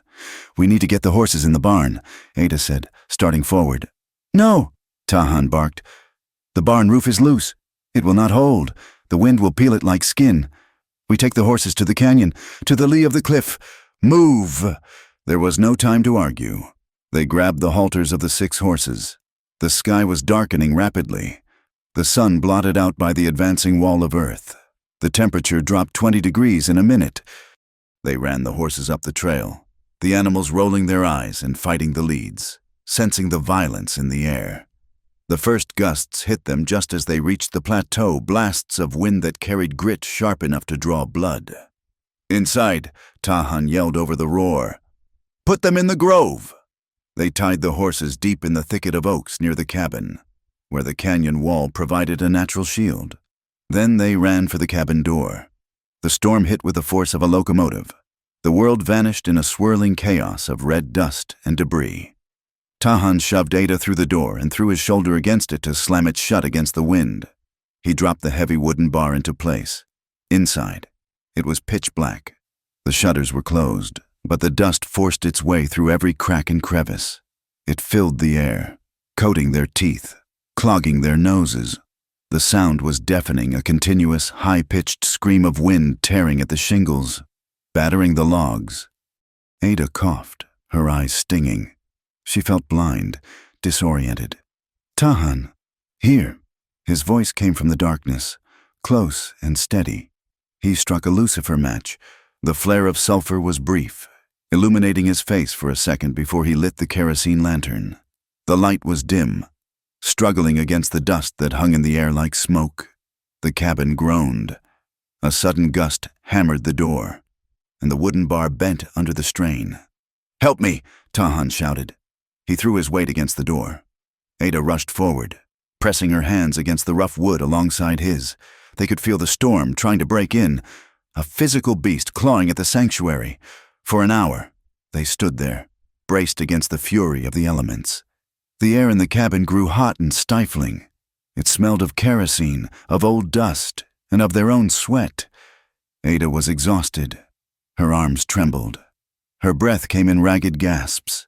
She slipped in the dust on the floor, stumbling sideways. Tahan caught her. His hand clamped onto her forearm, steadying her. Ada looked up. In the lantern light, his face was inches from hers. He was covered in dust, his hair wild, sweat streaking through the dirt on his skin. She did not pull away. For the first time, she felt the sheer reality of him. He was not a symbol of the wild. He was not a servant. He was flesh and blood and muscle. His grip was iron hard, yet he did not bruise her. There was a controlled power in him that she had never encountered in the men of the town, or even in her husband. She placed her other hand over his, where it held her arm. It was an instinctive gesture, a seeking of human anchor in the chaos. His skin was rough, scarred, and warm. Tahan went still. He looked at her hand on his, then up to her eyes. The wind howled outside, but in that small space between them, the silence returned. It was a charged silence, thick with the realization of their proximity. They were two outcasts, locked in a wooden box, fighting to keep the world out. "You are strong, Ada," Tahan said. He used her name. It was the first time. "I have to be," she whispered. He did not let go. For a moment, the distance between their worlds, the distance of race, of history, of blood, collapsed into the simple distance between two bodies breathing the same dusty air. The storm raged for 6 hours. When the wind finally died down to a manageable moan, the silence that followed felt heavy. They opened the door to a world transformed. The canyon was coated in a thick layer of red drift. The sky was a pale, exhausted yellow. They checked the horses. They were spooked and dusty, but safe. As they were watering the animals from the spring, a small figure appeared scrambling up the trail. It was Ida, the young girl who helped Ada with the laundry at the station. She was out of breath, her face scratched from the brush. Miss Ada, Ida cried, stumbling toward them. Ada dropped the bucket. "Ida, what are you doing here? It is dangerous." "They are coming," Ida gasped, clutching Ada's skirt. "Mr. Silas, and the sheriff, and a lot of men. I heard them at the station. They found the place empty. They saw the tracks leading up here." "When?" Tahan asked, his voice sharp. "Just now. They are at the bottom of the trail. Silas told the sheriff he has a warrant. He says he is coming to rescue you." Ida looked at Tahan with wide, terrified eyes. "He says the Indian kidnapped you. He says if you are dead, they will burn the canyon down." Ada looked at Tahan. The trap had sprung. Silas had used the storm as cover to move his pieces. He had turned the narrative completely. If Ada went down there and explained, they would not listen. They would shoot Tahan on sight as a kidnapper, and Silas would claim he was defending her honor. Then he would foreclose on the land while she was recovering from her ordeal. "We cannot stay here," Ada said. "If they trap us in the cabin, they will smoke us out." Tahan looked at the trail, then at the rocky slope that led up and over the ridge to the Badlands beyond. He turned to Ada. "Watch," he commanded. He raised his hands. His movements were sharp and precise. He made a sign, the index finger extended, moved forward in a zigzag motion like a snake. "Danger," he said. He made another sign.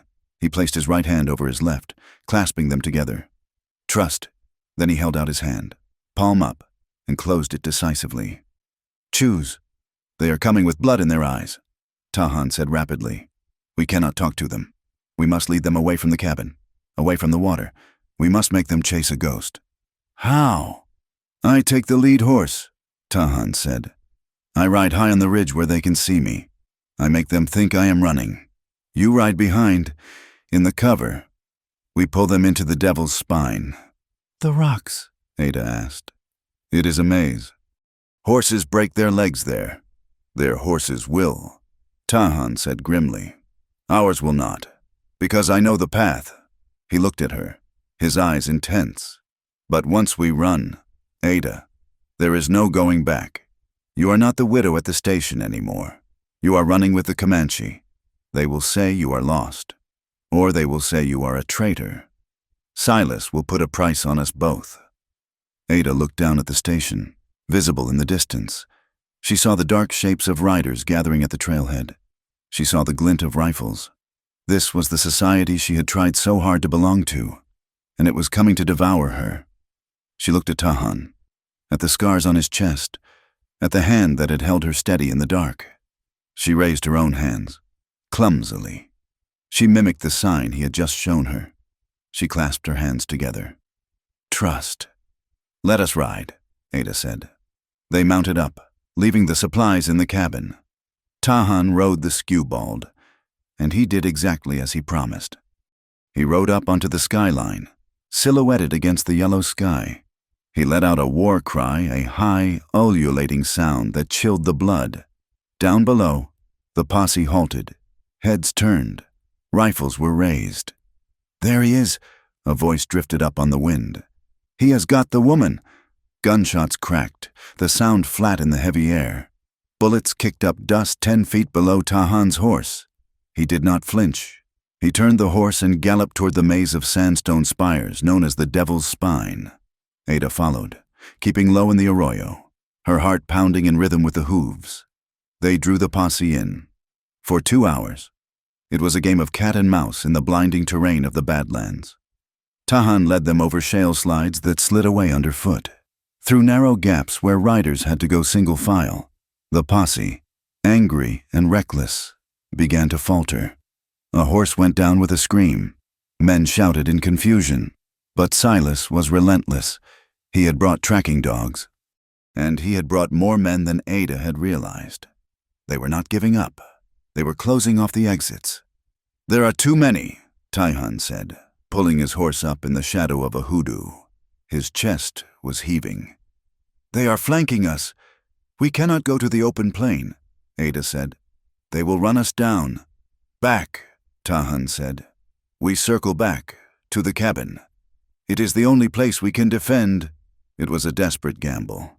They doubled back through a dry wash, slipping past the flank of the posse while the men were distracted by a false trail Tahan had laid. They pushed the horses to the limit, scrambling back up the limestone slopes as the sun began to set. They reached the cabin just as the light failed. They shoved the horses into the thicket again and barricaded themselves inside the log walls. Outside, the wind had died completely. The air was still, but it was the stillness of a held breath. Ada slumped against the door, sliding down until she hit the floor. She was covered in dust, her hands scraped and bleeding. She held her Winchester across her lap. Tahan moved to the window, peering out through a crack in the shutter. They lost the trail, he said quietly, but they know we are in the rocks. They will find the tracks in the morning. Silas will bring them here. We are trapped, Ada said. Yes, Tahan said. He turned to look at her. The adrenaline of the chase was fading, leaving behind a stark, undeniable reality. They were alone. The law was against them. The town was against them. The only thing standing between them and a rope was the four walls of this cabin and the rifles in their hands. The emotional pressure in the room spiked. It was no longer just survival. It was a shared defiance that felt incredibly intimate. Ada looked at Tahan, and she did not see a stranger. She saw the only man on earth who was on her side. We have tonight, Tahan said. The fire in the hearth had burned down to embers. The cabin was warm, dark, and terrified. But in that terror, Something else was breaking open. The walls they had built around themselves, the walls of race, of propriety, of fear, had been battered down by the storm and the chase. Ada stood up. She walked over to where Tahan stood by the window. She stood beside him, looking out at the darkness where their enemies waited. "I am not sorry," she said softly. "I am not sorry I bought you." Tahan looked down at her. "I am not sorry I stayed." The night air atop the ridge was thin and bit with a cold that seeped through the thickest wool. Outside the cabin, the wind had died, leaving a silence so profound it felt like the held breath of the world before a scream. Tahan stood near the edge of the drop-off, a silhouette against the vast, star-dusted canopy of the Texas sky.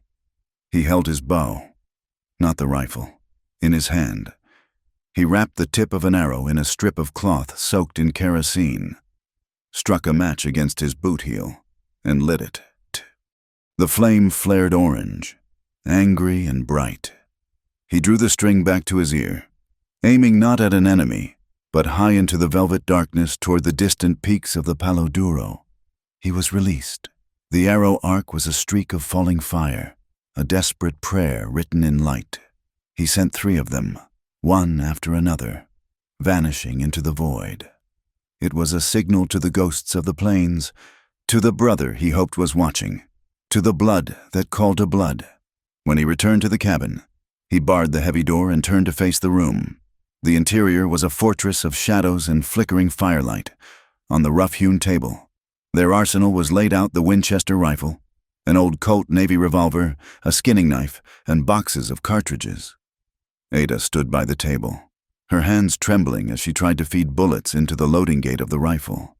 The metal clicked, a harsh sound in the quiet room. She fumbled, and a cartridge slipped from her fingers, clattering onto the floorboards. "Leave it," Tahan said softly. He moved to her side, his presence a sudden warmth against the chill that had settled in her bones. He did not take the gun from her. Instead, he reached out and covered her hands with his own. His skin was rough, mapped with the history of his life, the white ridge of a scar from a cavalry saber on his forearm, the calluses from the rope. "Breath," he commanded, not unkindly. "Your hands shake because your spirit is running ahead of your body. Call it back." Ada looked up at him. Her eyes were wide, dark pools of terror. "They will be here at dawn. Tahan, I know Silas. He will not just kill us. He will make it a spectacle." She pulled her hands from his and wrapped her arms around herself. "I am not afraid of dying. I thought I was, but I am not. I am afraid of him taking me back, of being dragged into that square again. Standing there while they stare, while they judge, while they make me into something dirty. I do not want to be another story they tell in the saloon." Tahan watched her, his expression softening. He understood that fear. It was the fear of the cage, the fear of being stripped of dignity before being stripped of life. "I will not let them take you," Tahan said. His voice was low, vibrating with a certainty that was more terrifying than comforting. "I have saved the last bullet for you, and the knife for myself. We will not go back to the cage." The brutality of the promise shocked her, but it also steadied her. He offered her the only freedom he had left, to give the freedom to choose her end. The fire in the hearth snapped, a log breaking apart and sending a shower of sparks up the chimney. Ada looked at the man standing before her. In the last few weeks, he had been a laborer, a conspirator, a warrior, and a savior. But tonight, stripped of all pretenses, he was simply a man facing the dark. She looked at his hands again. Those hands had broken horses. They had killed men. They had carried her through a dust storm. And now, they were resting gently on the wood of the table, waiting. A sudden, fierce clarity washed over her. If this was the end, she refused to face it as a widow, or a victim, or a foolish woman who bought a savage. She wanted to face it as a woman who belonged to someone, and who had chosen that belonging. She stepped closer to him, invading the space he always held between them. She reached out and took his right hand, pressing her palm against his. "Tahan," she whispered. The name felt strange and holy on her tongue. He looked down at her, his eyes searching hers. "Be my husband tonight," she murmured. The words hung in the air, heavier than the smoke, more permanent than the stone walls. It was not a request for a ceremony. There was no priest to marry them, no paper to sign. It was a choice. It was a declaration that in the face of death, she claimed him, and she offered herself to be claimed. Tahan went very still. For a long moment, he did not move. He looked at her white hand in his copper one, the contrast stark in the firelight. Then, slowly, he raised his hands. He did not speak. Words were for the white man's treaties, things to be broken.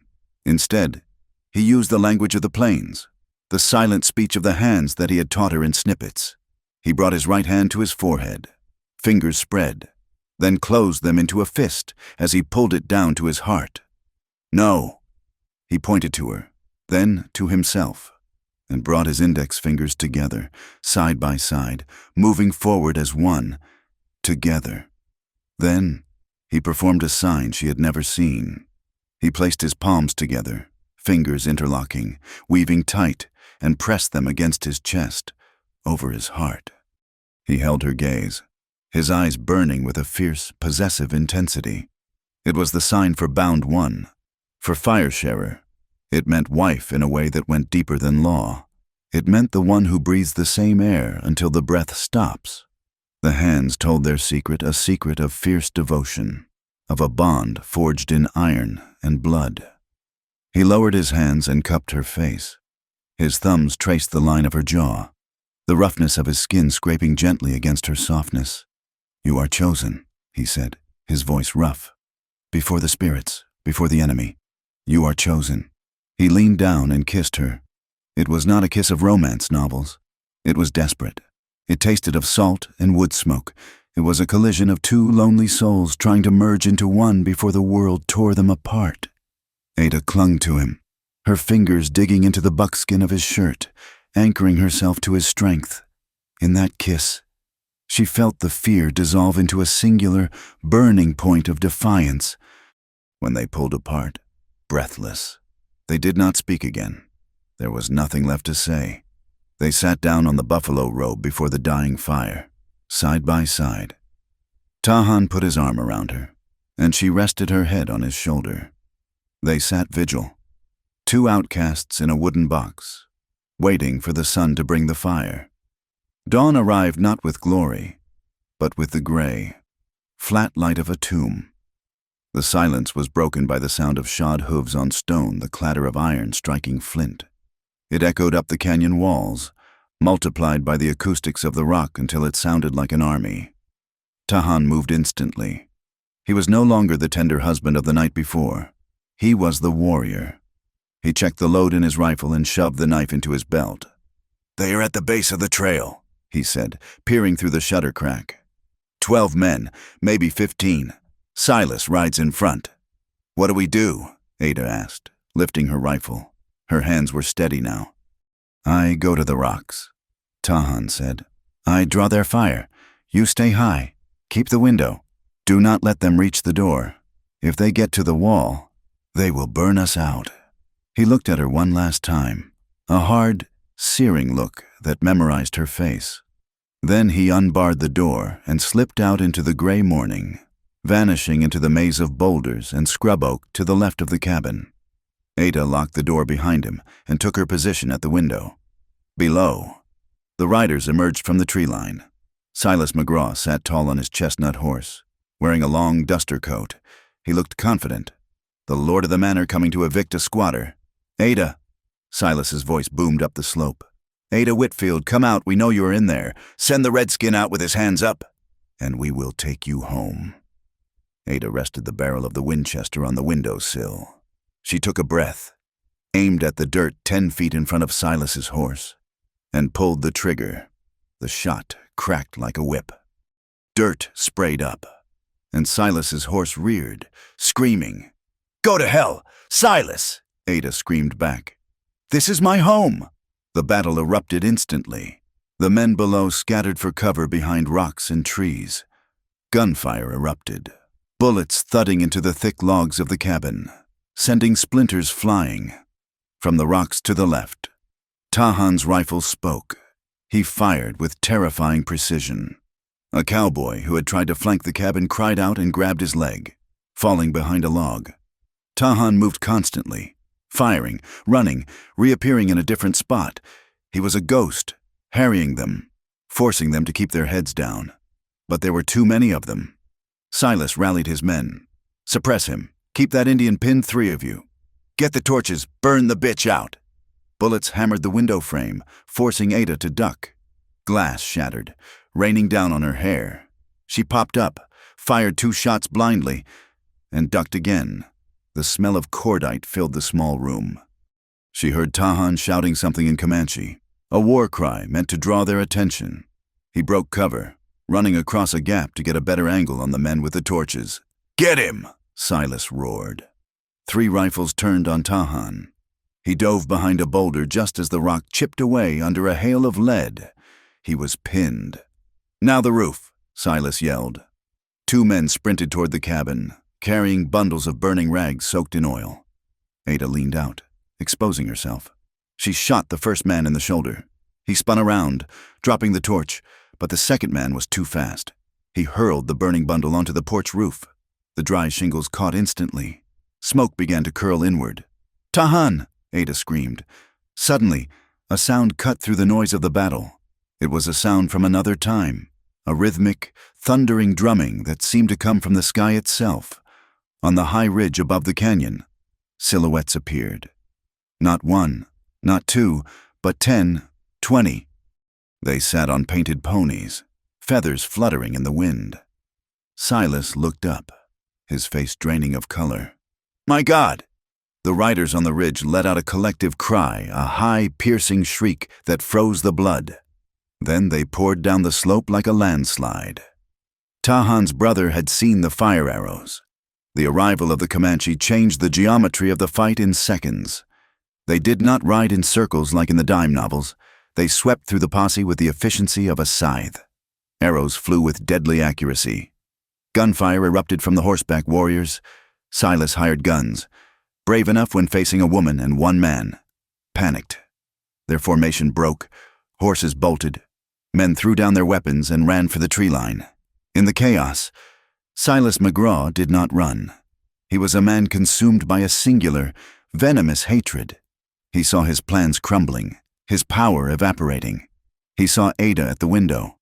He spurred his horse forward, charging through the smoke toward the cabin door.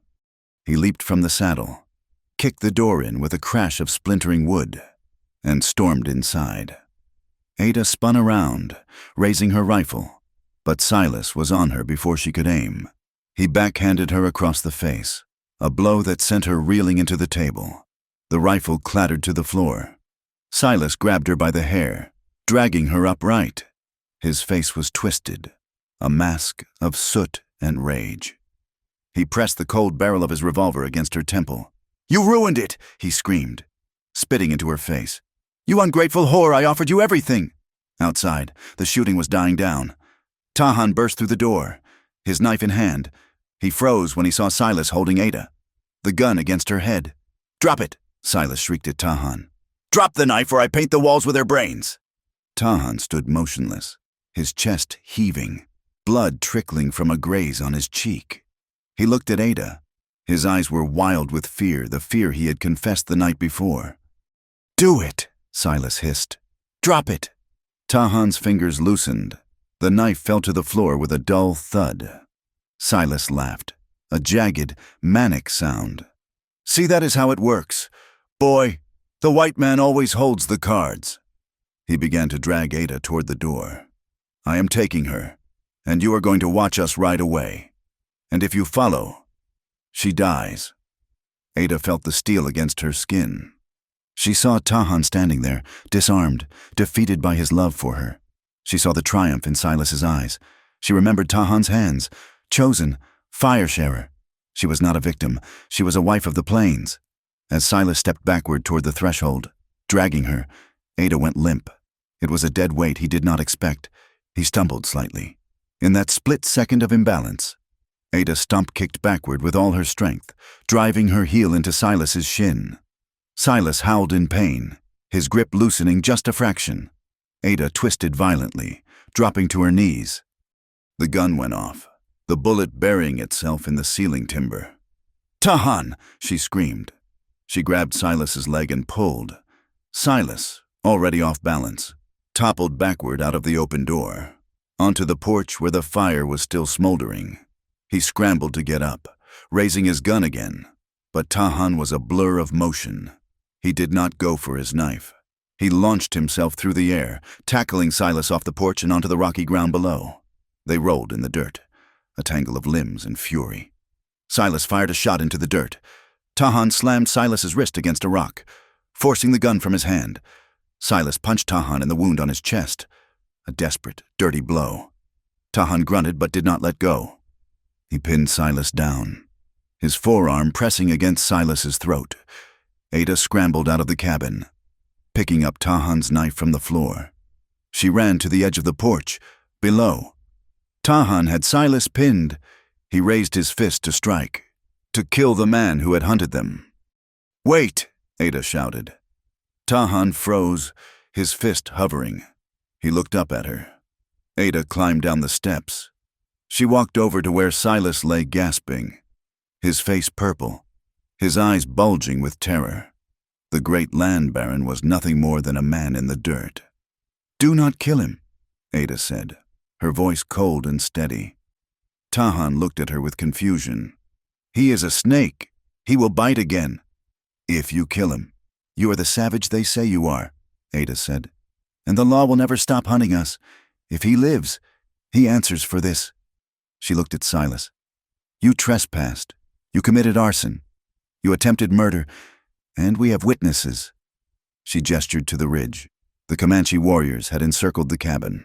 They sat on their horses, silent, watching, and behind them, coming up the trail, was the town doctor and the banker, men Silas had brought along to witness his justice, now cowering under the gaze of the war party. Silas looked around. He saw the warriors. He saw the witnesses. He saw the utter ruin of his reputation. Tahan slowly released the pressure on Silas's throat. He stood up, backing away to stand beside Ada. Silas scrambled backward, coughing, clutching his throat. He looked at Tahan, then at Ada. He saw the way they stood together shoulder to shoulder, breathing in rhythm. He saw the blood on their clothes and the dirt on their faces, and he realized with a sick, sinking feeling that he had not just lost the fight. He had lost the argument. He had tried to break them, and instead, he had forged them into something harder than iron. The leader of the Comanche band, a man with a face like a weathered teak, Tahan's brother, rode forward. He looked at Tahan, then at Ada. He made a sign of greeting. Tahan signed back. Family. Safe. The battle was over. The smoke from the porch roof drifted up into the clear blue sky, but as the adrenaline faded, the reality set in. Ada looked at the townspeople cowering near the trail. She looked at the Comanche warriors. She looked at Tahan. They had won the day, but the war between the railroad and the grass, between the law and the land, was far from over. And now, they stood right in the middle of the divide. Tahan reached out and took her hand. His grip was firm. "We are still here," he said. "Yes," Ada replied, squeezing his hand. "We are still here." The smoke from the burning porch roof had long since dissipated into the vast, indifferent blue of the Texas sky, but the haze over the town of Red Creek was only just beginning to clear. News in the territories traveled faster than a telegram, carried by the wind and the loose tongues of frightened men. The story that reached the saloon and the church steps was not the one Silas McGraw had intended to write. He had meant for the tale to be a tragedy of a fallen woman and a savage beast, ending with a righteous hanging. Instead, the witnesses, the banker, Mr. Thorne, and the town physician, Dr. Albright, brought back a narrative that tasted of ash and scandal. They sat in the Golden Steer saloon, nursing glasses of whiskey that shook slightly in their hands, and told anyone who would listen the truth. They spoke of how Silas had fired the first shot. They spoke of how he had ordered the cabin burned with the woman inside. They spoke of how he had held a gun to Ada Whitfield's head while she bled, and, most quietly of all, they spoke of the Comanche warrior who had spared Silas's life when he had every right to take it. The narrative cracked. The simple, comforting line between civilized white man and bloodthirsty savage had been blurred. Silas McGraw, the man who owned half the valley, was currently sitting in a cell in the sheriff's office, nursing a broken arm and a ruined reputation, waiting for the circuit judge. But Silas was merely a symptom of a larger disease. 2 days after the siege, the real power arrived. It came in the form of a private carriage flanked by 4 cavalry outriders. The man who stepped out was not a cowboy. He wore a suit of gray wool, a silk cravat, and spectacles that caught the light like polished coins. This was Mr. Thaddeus Sterling, a senior inspector for the Texas Pacific Railway. With him was Colonel Holloway, a military liaison with a face carved from granite. They did not go to jail. They went straight to Whitfield Station. Ada was waiting for them.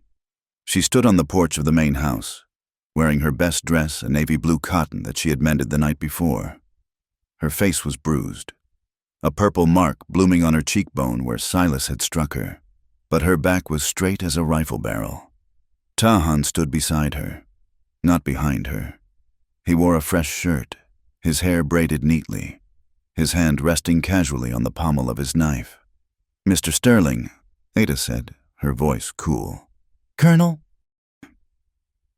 "Mistress Whitfield," Sterling said, removing his hat. He looked at the charred wood of the porch, then at the Comanche warrior standing guard. He was a man of business, and he smelled a complicated negotiation. "We are here to discuss the disturbance and the future of the right-of-way. Come inside," Ada said. "There is coffee, and there are ledgers." The meeting took place at Ada's kitchen table. Sterling and the colonel sat on one side. Ada and Tahan sat on the other. The air was thick with the smell of coffee and tension.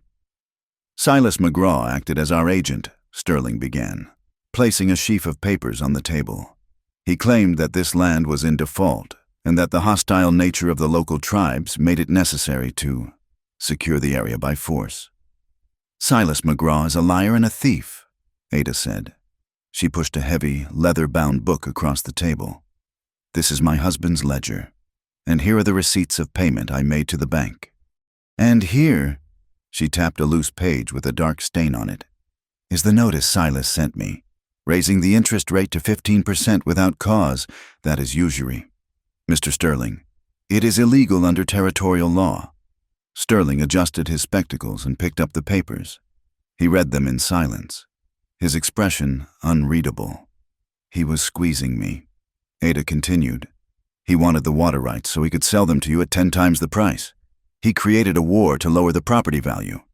"A war," Colonel Holloway spoke up, his voice deep and skeptical. "The reports of Comanche raids on the supply wagons are real. Madam, men have died." Tahan leaned forward. The movement was slight, but it commanded the room. "The arrows found in the wagons," Tahan said, his English slow and deliberate. "Did you look at the fletching?" The colonel frowned. "They were Comanche arrows. They were made to look like Comanche arrows." Tahan corrected. "But the feathers were turkey, not hawk. And the binding was hemp rope, not sinew." He reached into a pouch at his belt and pulled out a handful of arrowheads. He placed them on the table. They were crude, iron points, poorly cast. "My brother found these at the camp of the men Silas hired," Tahan said. "White men, drifters. They paint their faces. They burn wagons. They scream like they think we scream. Then they go to Silas for silver." The colonel picked up one of the arrowheads, turning it over in his massive hand. He looked at Sterling. "If this is true," the colonel rumbled, "then McGraw has been using the United States Army to clean up his own messes. He has nearly started a war that would cost the government thousands of dollars and hundreds of lives." "It is true," Ada said. "The band that came to the cabin, they did not attack the town. They defended it. They defended me. If Tahan's people were the monsters Silas claims, why is your train inspector still breathing?" Sterling looked at Tahan, then at Ada. He was a pragmatist. He looked at the ledger, which proved fraud. He looked at the colonel, who was visibly furious at the idea of being manipulated by a land speculator. And he looked at the map of the railroad line.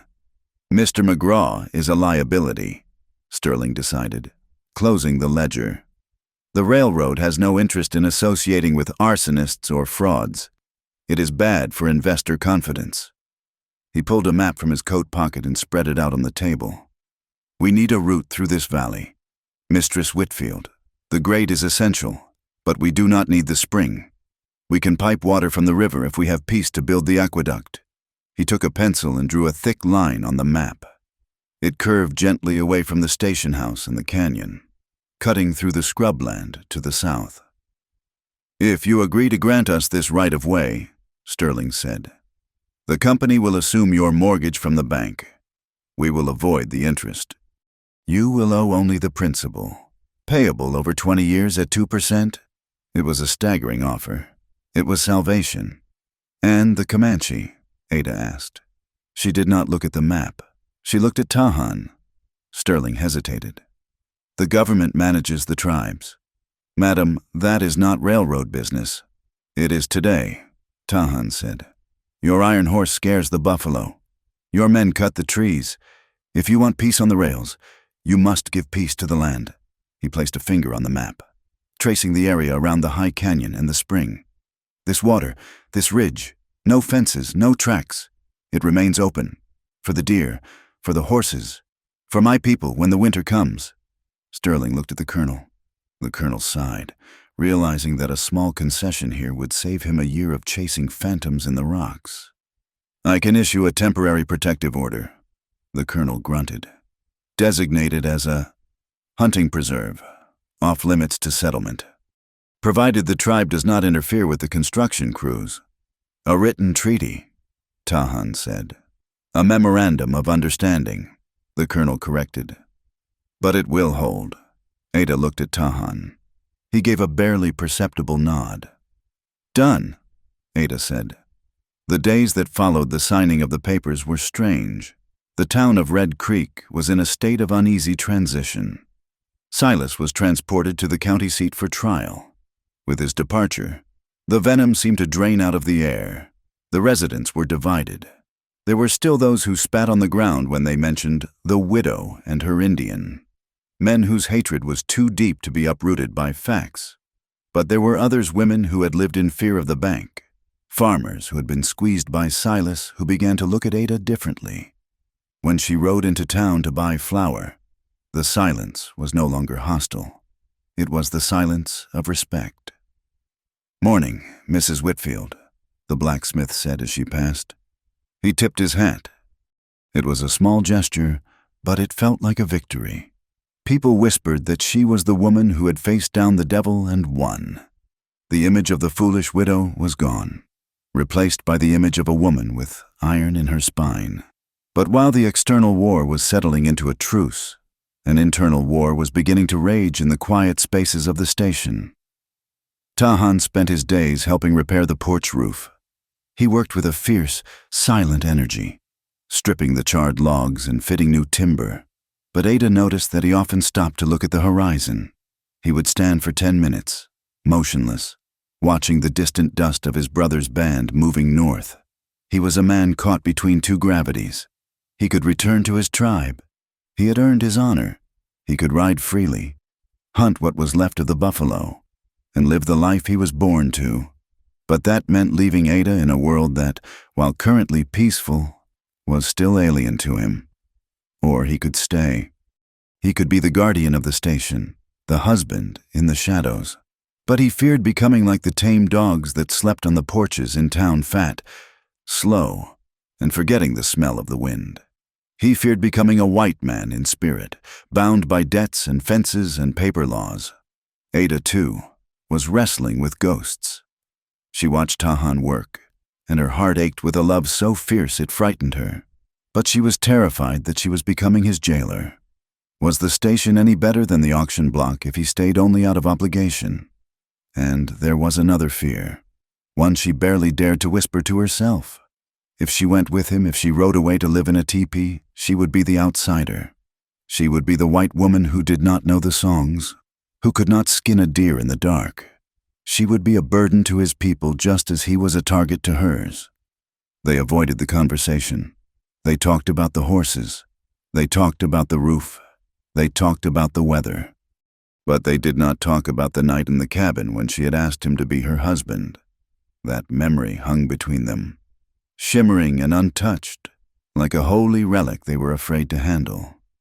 One evening, as the sun was setting in a blaze of violet and gold, Tahan put down his hammer. "Come," he said to Ada. He led her not to the cabin, but to a high, grassy hill on the eastern edge of her property. It was a place she rarely went to. From the summit, you could see the entire valley. To the south, the survey stakes of the railroad marked the coming of the future, a line of geometric precision cutting through the chaos of the brush. To the west, the town of Red Creek blinked with the first lamps of the evening. But to the north, in the sheltered curve of the river, there was a different sight. Tahan's brother had made camp there for a few days before moving on. A dozen teepees stood in a circle, glowing softly from the fires inside. Smoke curled up lazily. Distant sounds drifted on the wind, the laughter of children, the barking of dogs, the soft rhythm of a drum. It was a scene of ancient, organic life. Tahan stood beside Ada, the wind tugging at his long hair. He pointed to the railroad. "That is the world of iron," he said. "It eats the distance. It does not sleep." Then he pointed to the teepees. "That is the world of the circle," he said. "It moves with the seasons. It remembers." He turned to her. His eyes were dark and serious, holding the weight of the question he had been carrying for weeks. "I am a man of the circle," Tahan said, "but my heart has tied itself to you, and you are a woman of the wood and stone house." He took a step closer, reaching out to take her hand. He did not clasp it. He held it gently, palm to palm, measuring the fit. "If I go back to the fire of my brother, I leave half of myself here," he said. "If I stay in your house and nail wood, I lose the other half." Ada felt tears prick her eyes. "I do not want you to lose yourself. Tahan, I never wanted to own you." "I know," he said. "That is why I can ask." He gestured to the vast, empty space between the town and the camp, the station, the ridge, the cabin in the canyon. It was the borderland. It was the place that belonged to neither the rigid laws of the town nor the nomadic freedom of the plains. It was the space in between. He said, using the Comanche word for you. "Where do you want our home to be? Not the roof over our heads, but the place where our spirits sit." Ada looked at the landscape. She saw the town that had rejected her and then accepted her only when she became powerful. She saw the tribe that would always look at her with curiosity and caution. And then she looked at the station. It was ugly, dusty, and hard, but it was hers, and it was standing right in the path of the changing world. She realized then that she did not have to choose one world or the other. She did not have to be a white woman or a Comanche wife. She could be something new. "Here," Ada said, her voice steady. "In the middle." She squeezed his hand. "We are the bridge. Tahan. If we go to the town, we die of spirit. If we go to the plains, we die of hunger when the buffalo are gone. But here we can force them to see us. We can make a place where the iron and the circle have to touch without breaking." Tahan looked at her, and a slow smile spread across his face. It was the first time she had seen him truly smile, not a smirk of irony, but a genuine expression of relief and admiration. "A bridge," he repeated. "People walk on bridges." "Let them walk," Ada said fiercely. "Let the railroad men come. Let your brother come. We will feed them both. We will make them sit at the same table. And we will raise our children to speak both tongues." The wind swirled around them, carrying the scent of rain from the north. Ada looked down at the valley. She felt a profound sense of peace settle over her. She was no longer the lonely widow trapped in a debt. She was a pioneer of a different sort. She was building a life in the seam between two colliding histories. She looked at Tahan. the warrior who had chosen to put down his rifle to build a roof. And she saw her future. It would be hard. There would be prejudice. There would be struggles. But it would be theirs. "Be my husband," she whispered again, echoing the words from the cabin. Not just for tonight, but for the days of iron and the days of wind.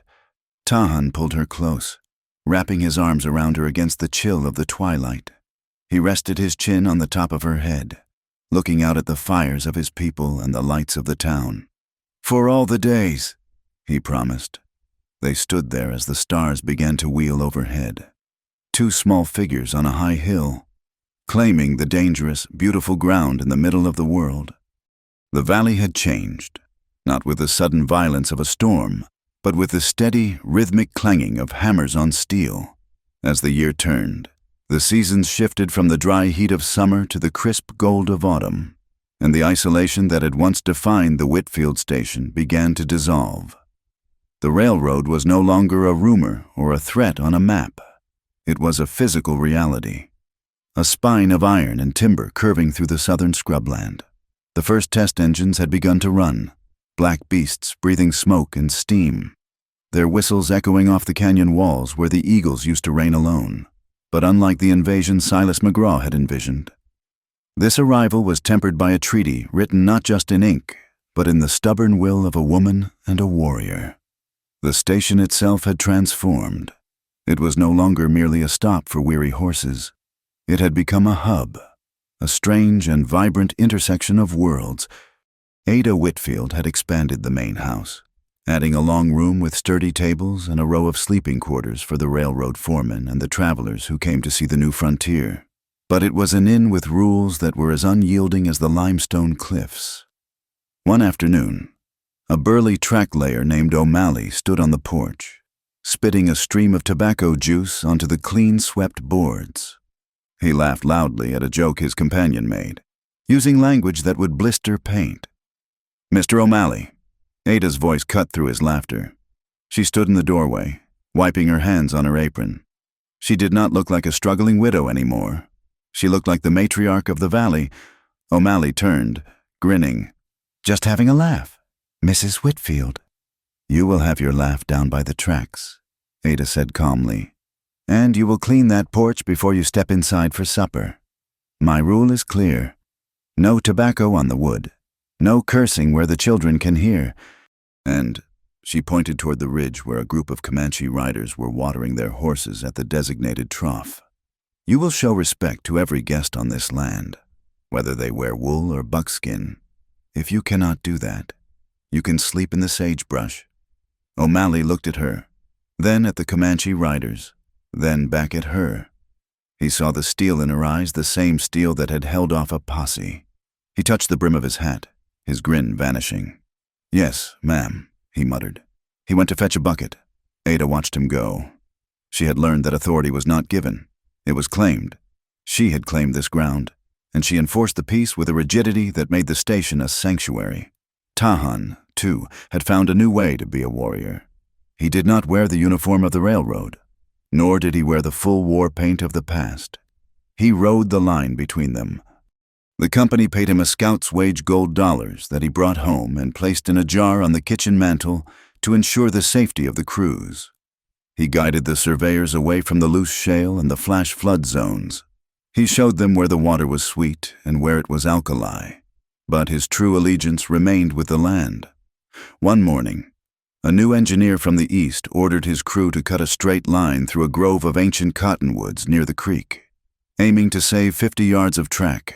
The trees were markers for the Comanche, the resting place of spirits. Tahan rode up on his skewbald gelding. He did not shout. He simply positioned his horse between the lead axeman and the trees. He sat motionless, his rifle resting across his saddle, his dark eyes fixed on the engineer.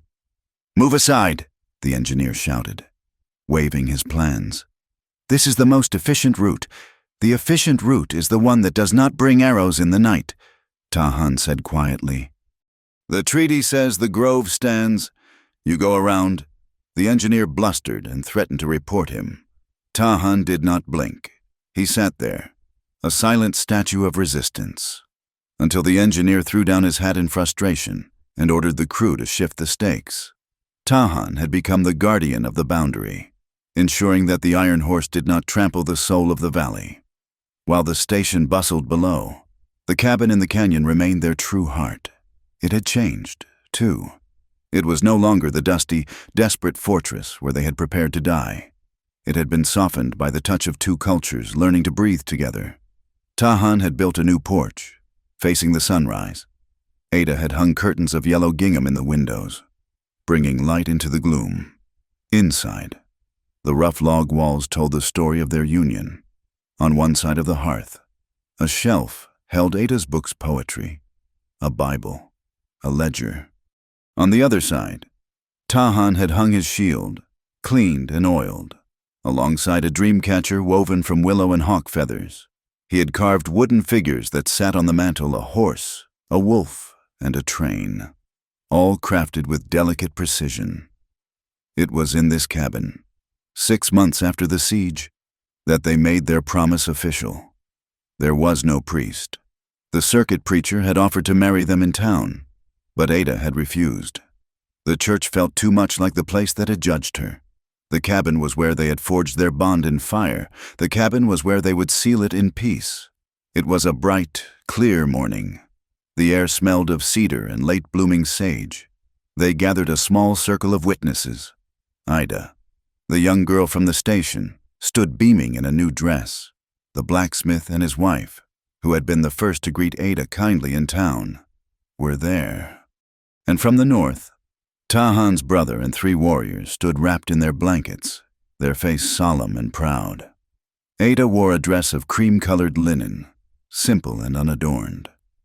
Tahan wore a tunic of soft doeskin, beaded by the women of his brother's band, and trousers of dark wool. They stood before the hearth, the place where they had waited for the dawn that might have been their last. Ada opened her Bible, her hands steady. She did not read the verses about obedience or submission. She turned to the passage she had read to herself during the long, lonely nights of her widowhood. The passage she now understood for the first time. Love is patient, love is kind. Ada read, her voice clear in the quiet room. It does not envy, it does not boast, it is not proud, it does not dishonor others. It is not self-seeking, it is not easily angered. It keeps no record of wrongs. It always protects, always trusts, always hopes, always perseveres. She closed the book and looked at Tahan. You protected me when there was no hope. You trusted when there was only fear. I take you, Tahan, as my husband, to share the fire and the silence until the earth takes us back. Tahan looked at her. He did not speak English for his vow. Words could be twisted, but signs were pure action. He raised his hands. The witnesses watched, hushed. Even the townspeople, who did not know the language, felt the weight of the gestures. He touched his forehead, then his chest. No. He brought his fists together, solid and unbreakable. Bound. He made the sign for fire, the flickering fingers rising up. Then he moved his hands outward, sharing the warmth. Share. Finally, he placed his hand over Ada's heart, and she placed hers over his. I see you, Tahan said, breaking his silence. I see the woman who bought a dead man and gave him breath. I see the bridge. I take you, Ada, as my wife. We are one blood. Then Tahan moved to the hearth. He had prepared a bowl of red clay, mixed with water from the spring and a drop of oil. It was the paint of the earth, the blood of the land. He dipped his right hand into the clay. He pressed it firmly against the wood of the wall, high above the mantel. The red print stood out stark and vibrant against the aged timber. He nodded to Ada. She dipped her pale hand into the cool, red mud. She reached up and pressed her hand next to his. Her print was smaller, but just as clear. The red clay mingled where their thumbs touched. It was a primal seal. It was a statement that said, we are here. This house is built by these 2 hands, and they are equal. Ida clapped, tears streaming down her face. The blacksmith nodded respectfully. Tahan's brother stepped forward and placed a single eagle feather on the mantel beneath the handprints. A blessing from the spirits of the air. The town of Red Creek did not change overnight. Prejudice was a weed with deep roots, and it took more than a season to pull it out. When Ada and Tahan rode into town for supplies, there were still people who crossed the street to avoid them. There were still whispers behind hands in the general store, fueled by the bitterness of those who had lost money when Silas fell. But Ada held her head high. She walked with the confidence of a woman who owed nothing to anyone, and there were cracks in the wall of hate. One afternoon, as Tahan was loading sacks of flour onto the wagon, a group of young boys gathered nearby. They were watching him, wide-eyed, whispering about the knife at his belt and the way he moved. One brave boy, the son of the baker, stepped forward. "Mister," the boy asked tentatively. Tahan turned. He looked at the boy, his face impassive. "Yes? Is it true?" the boy asked, pointing at Tahan's hands. "Is it true you can talk without speaking? My PA says you can talk to the birds?" Tahan looked at the boy, then at the other children huddling behind him. He crouched down, bringing himself to their eye level. The scary warrior vanished, replaced by a man with a quiet patience. "I cannot talk to birds," Tahan said seriously. "But I can talk without sound. Watch." He raised his hands. He made the sign for the horse, 2 fingers straddling the other hand. Then the sign for running. Then the sign for friends. "Horse, run, friend," the boy whispered, mimicking the gestures clumsily. "Good," Tahan said. He reached into his pocket and pulled out a small wooden figure he had carved a buffalo. He handed it to the boy. "This is for you, to remember the sign." The boy took it, his eyes shining with wonder. "Thank you." He ran back to his friends, showing off the treasure. Tahan stood up and saw Ada watching him from the wagon seat. She was smiling. The adults might never change. Her smile said, "But the children were the future." And the future was listening. Time flowed like the water in the creek, sometimes rushing, sometimes still, but always moving forward. 2 years passed. The railroad was finished, and the trains ran on a schedule now. Their whistles a familiar part of the valley's song. The station prospered, becoming known as the best stop between Texas and Santa Fe, a place where the food was hot and the peace was kept. On a crisp autumn evening, the cabin in the canyon was warm and full of life. Outside, the moon was full, painting the limestone cliffs in shades of silver. The wind whispered through the oak trees, carrying the scent of wood smoke and the distant, rhythmic chugging of a freight train climbing the grade. From the north, faint but distinct, came the sound of drums. Tahan's people had returned for the winter hunt, camping in the protected preserve. Inside, the fire crackled cheerfully. Ada sat in the rocking chair John had made, but which Tahan had mended.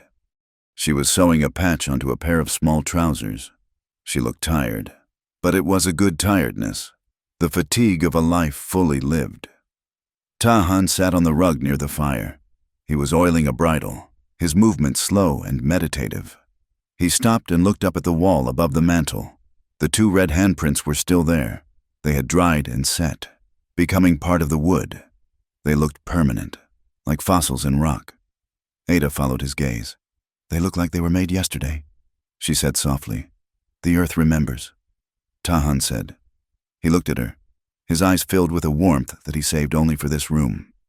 "And so do we." A sound from the floor drew their attention. A child, a boy of perhaps 18 months, was crawling across the buffalo robe. He had his mother's determined chin and his father's dark, luminous eyes. He was pushing a small wooden horse across the floorboards, babbling a story that was a mix of English words and Comanche sounds. He stopped near the window. He pulled himself up, holding onto the sill with chubby hands. He looked out into the night. In the distance, the headlight of the train cut a beam through the darkness, a moving star, and alongside the tracks, illuminated by the moonlight, a herd of wild horses was running, their manes flying, racing the machine. The boy squealed with delight. He pointed a small finger at the window. "Puku," he cried the Comanche word for horse. Then he looked at his father. "Train." Tahan smiled. He put down the bridle and walked over to the window. He picked up his son, lifting him high so he could see better. Ada joined them, wrapping her arm around Tahan's waist. They stood there, the three of them, framed by the window of the high cabin. Puku and Train. Tahan agreed softly to the child. Both running, both free. Ada rested her head on Tahan's shoulder. She felt the steady beat of his heart and the warmth of their child between them. She thought of the auction block, of the dust storm, of the fire, and of the fear. It all seemed like a different lifetime. She had chosen her husband. She had chosen her home. And in the end, the land had chosen them back. The train whistle blew, a long, lonely sound that drifted up the canyon. But inside the cabin, there was no loneliness. There was only the firelight, the red hands on the wall, and the wide, open promise of a future that belonged to neither the past nor the present, but to the boy in his father's arms who knew the names for both worlds. Thank you so much for listening to this story. I hope you enjoyed the journey of Ada and Tahan through the winds of the Wild West. I would love to hear from you. Please leave a comment below telling me where you are listening to this story from. It is always amazing to see how far these tales travel. If you enjoyed this story, please consider subscribing to my channel, Wild West Tales, and give this video a like.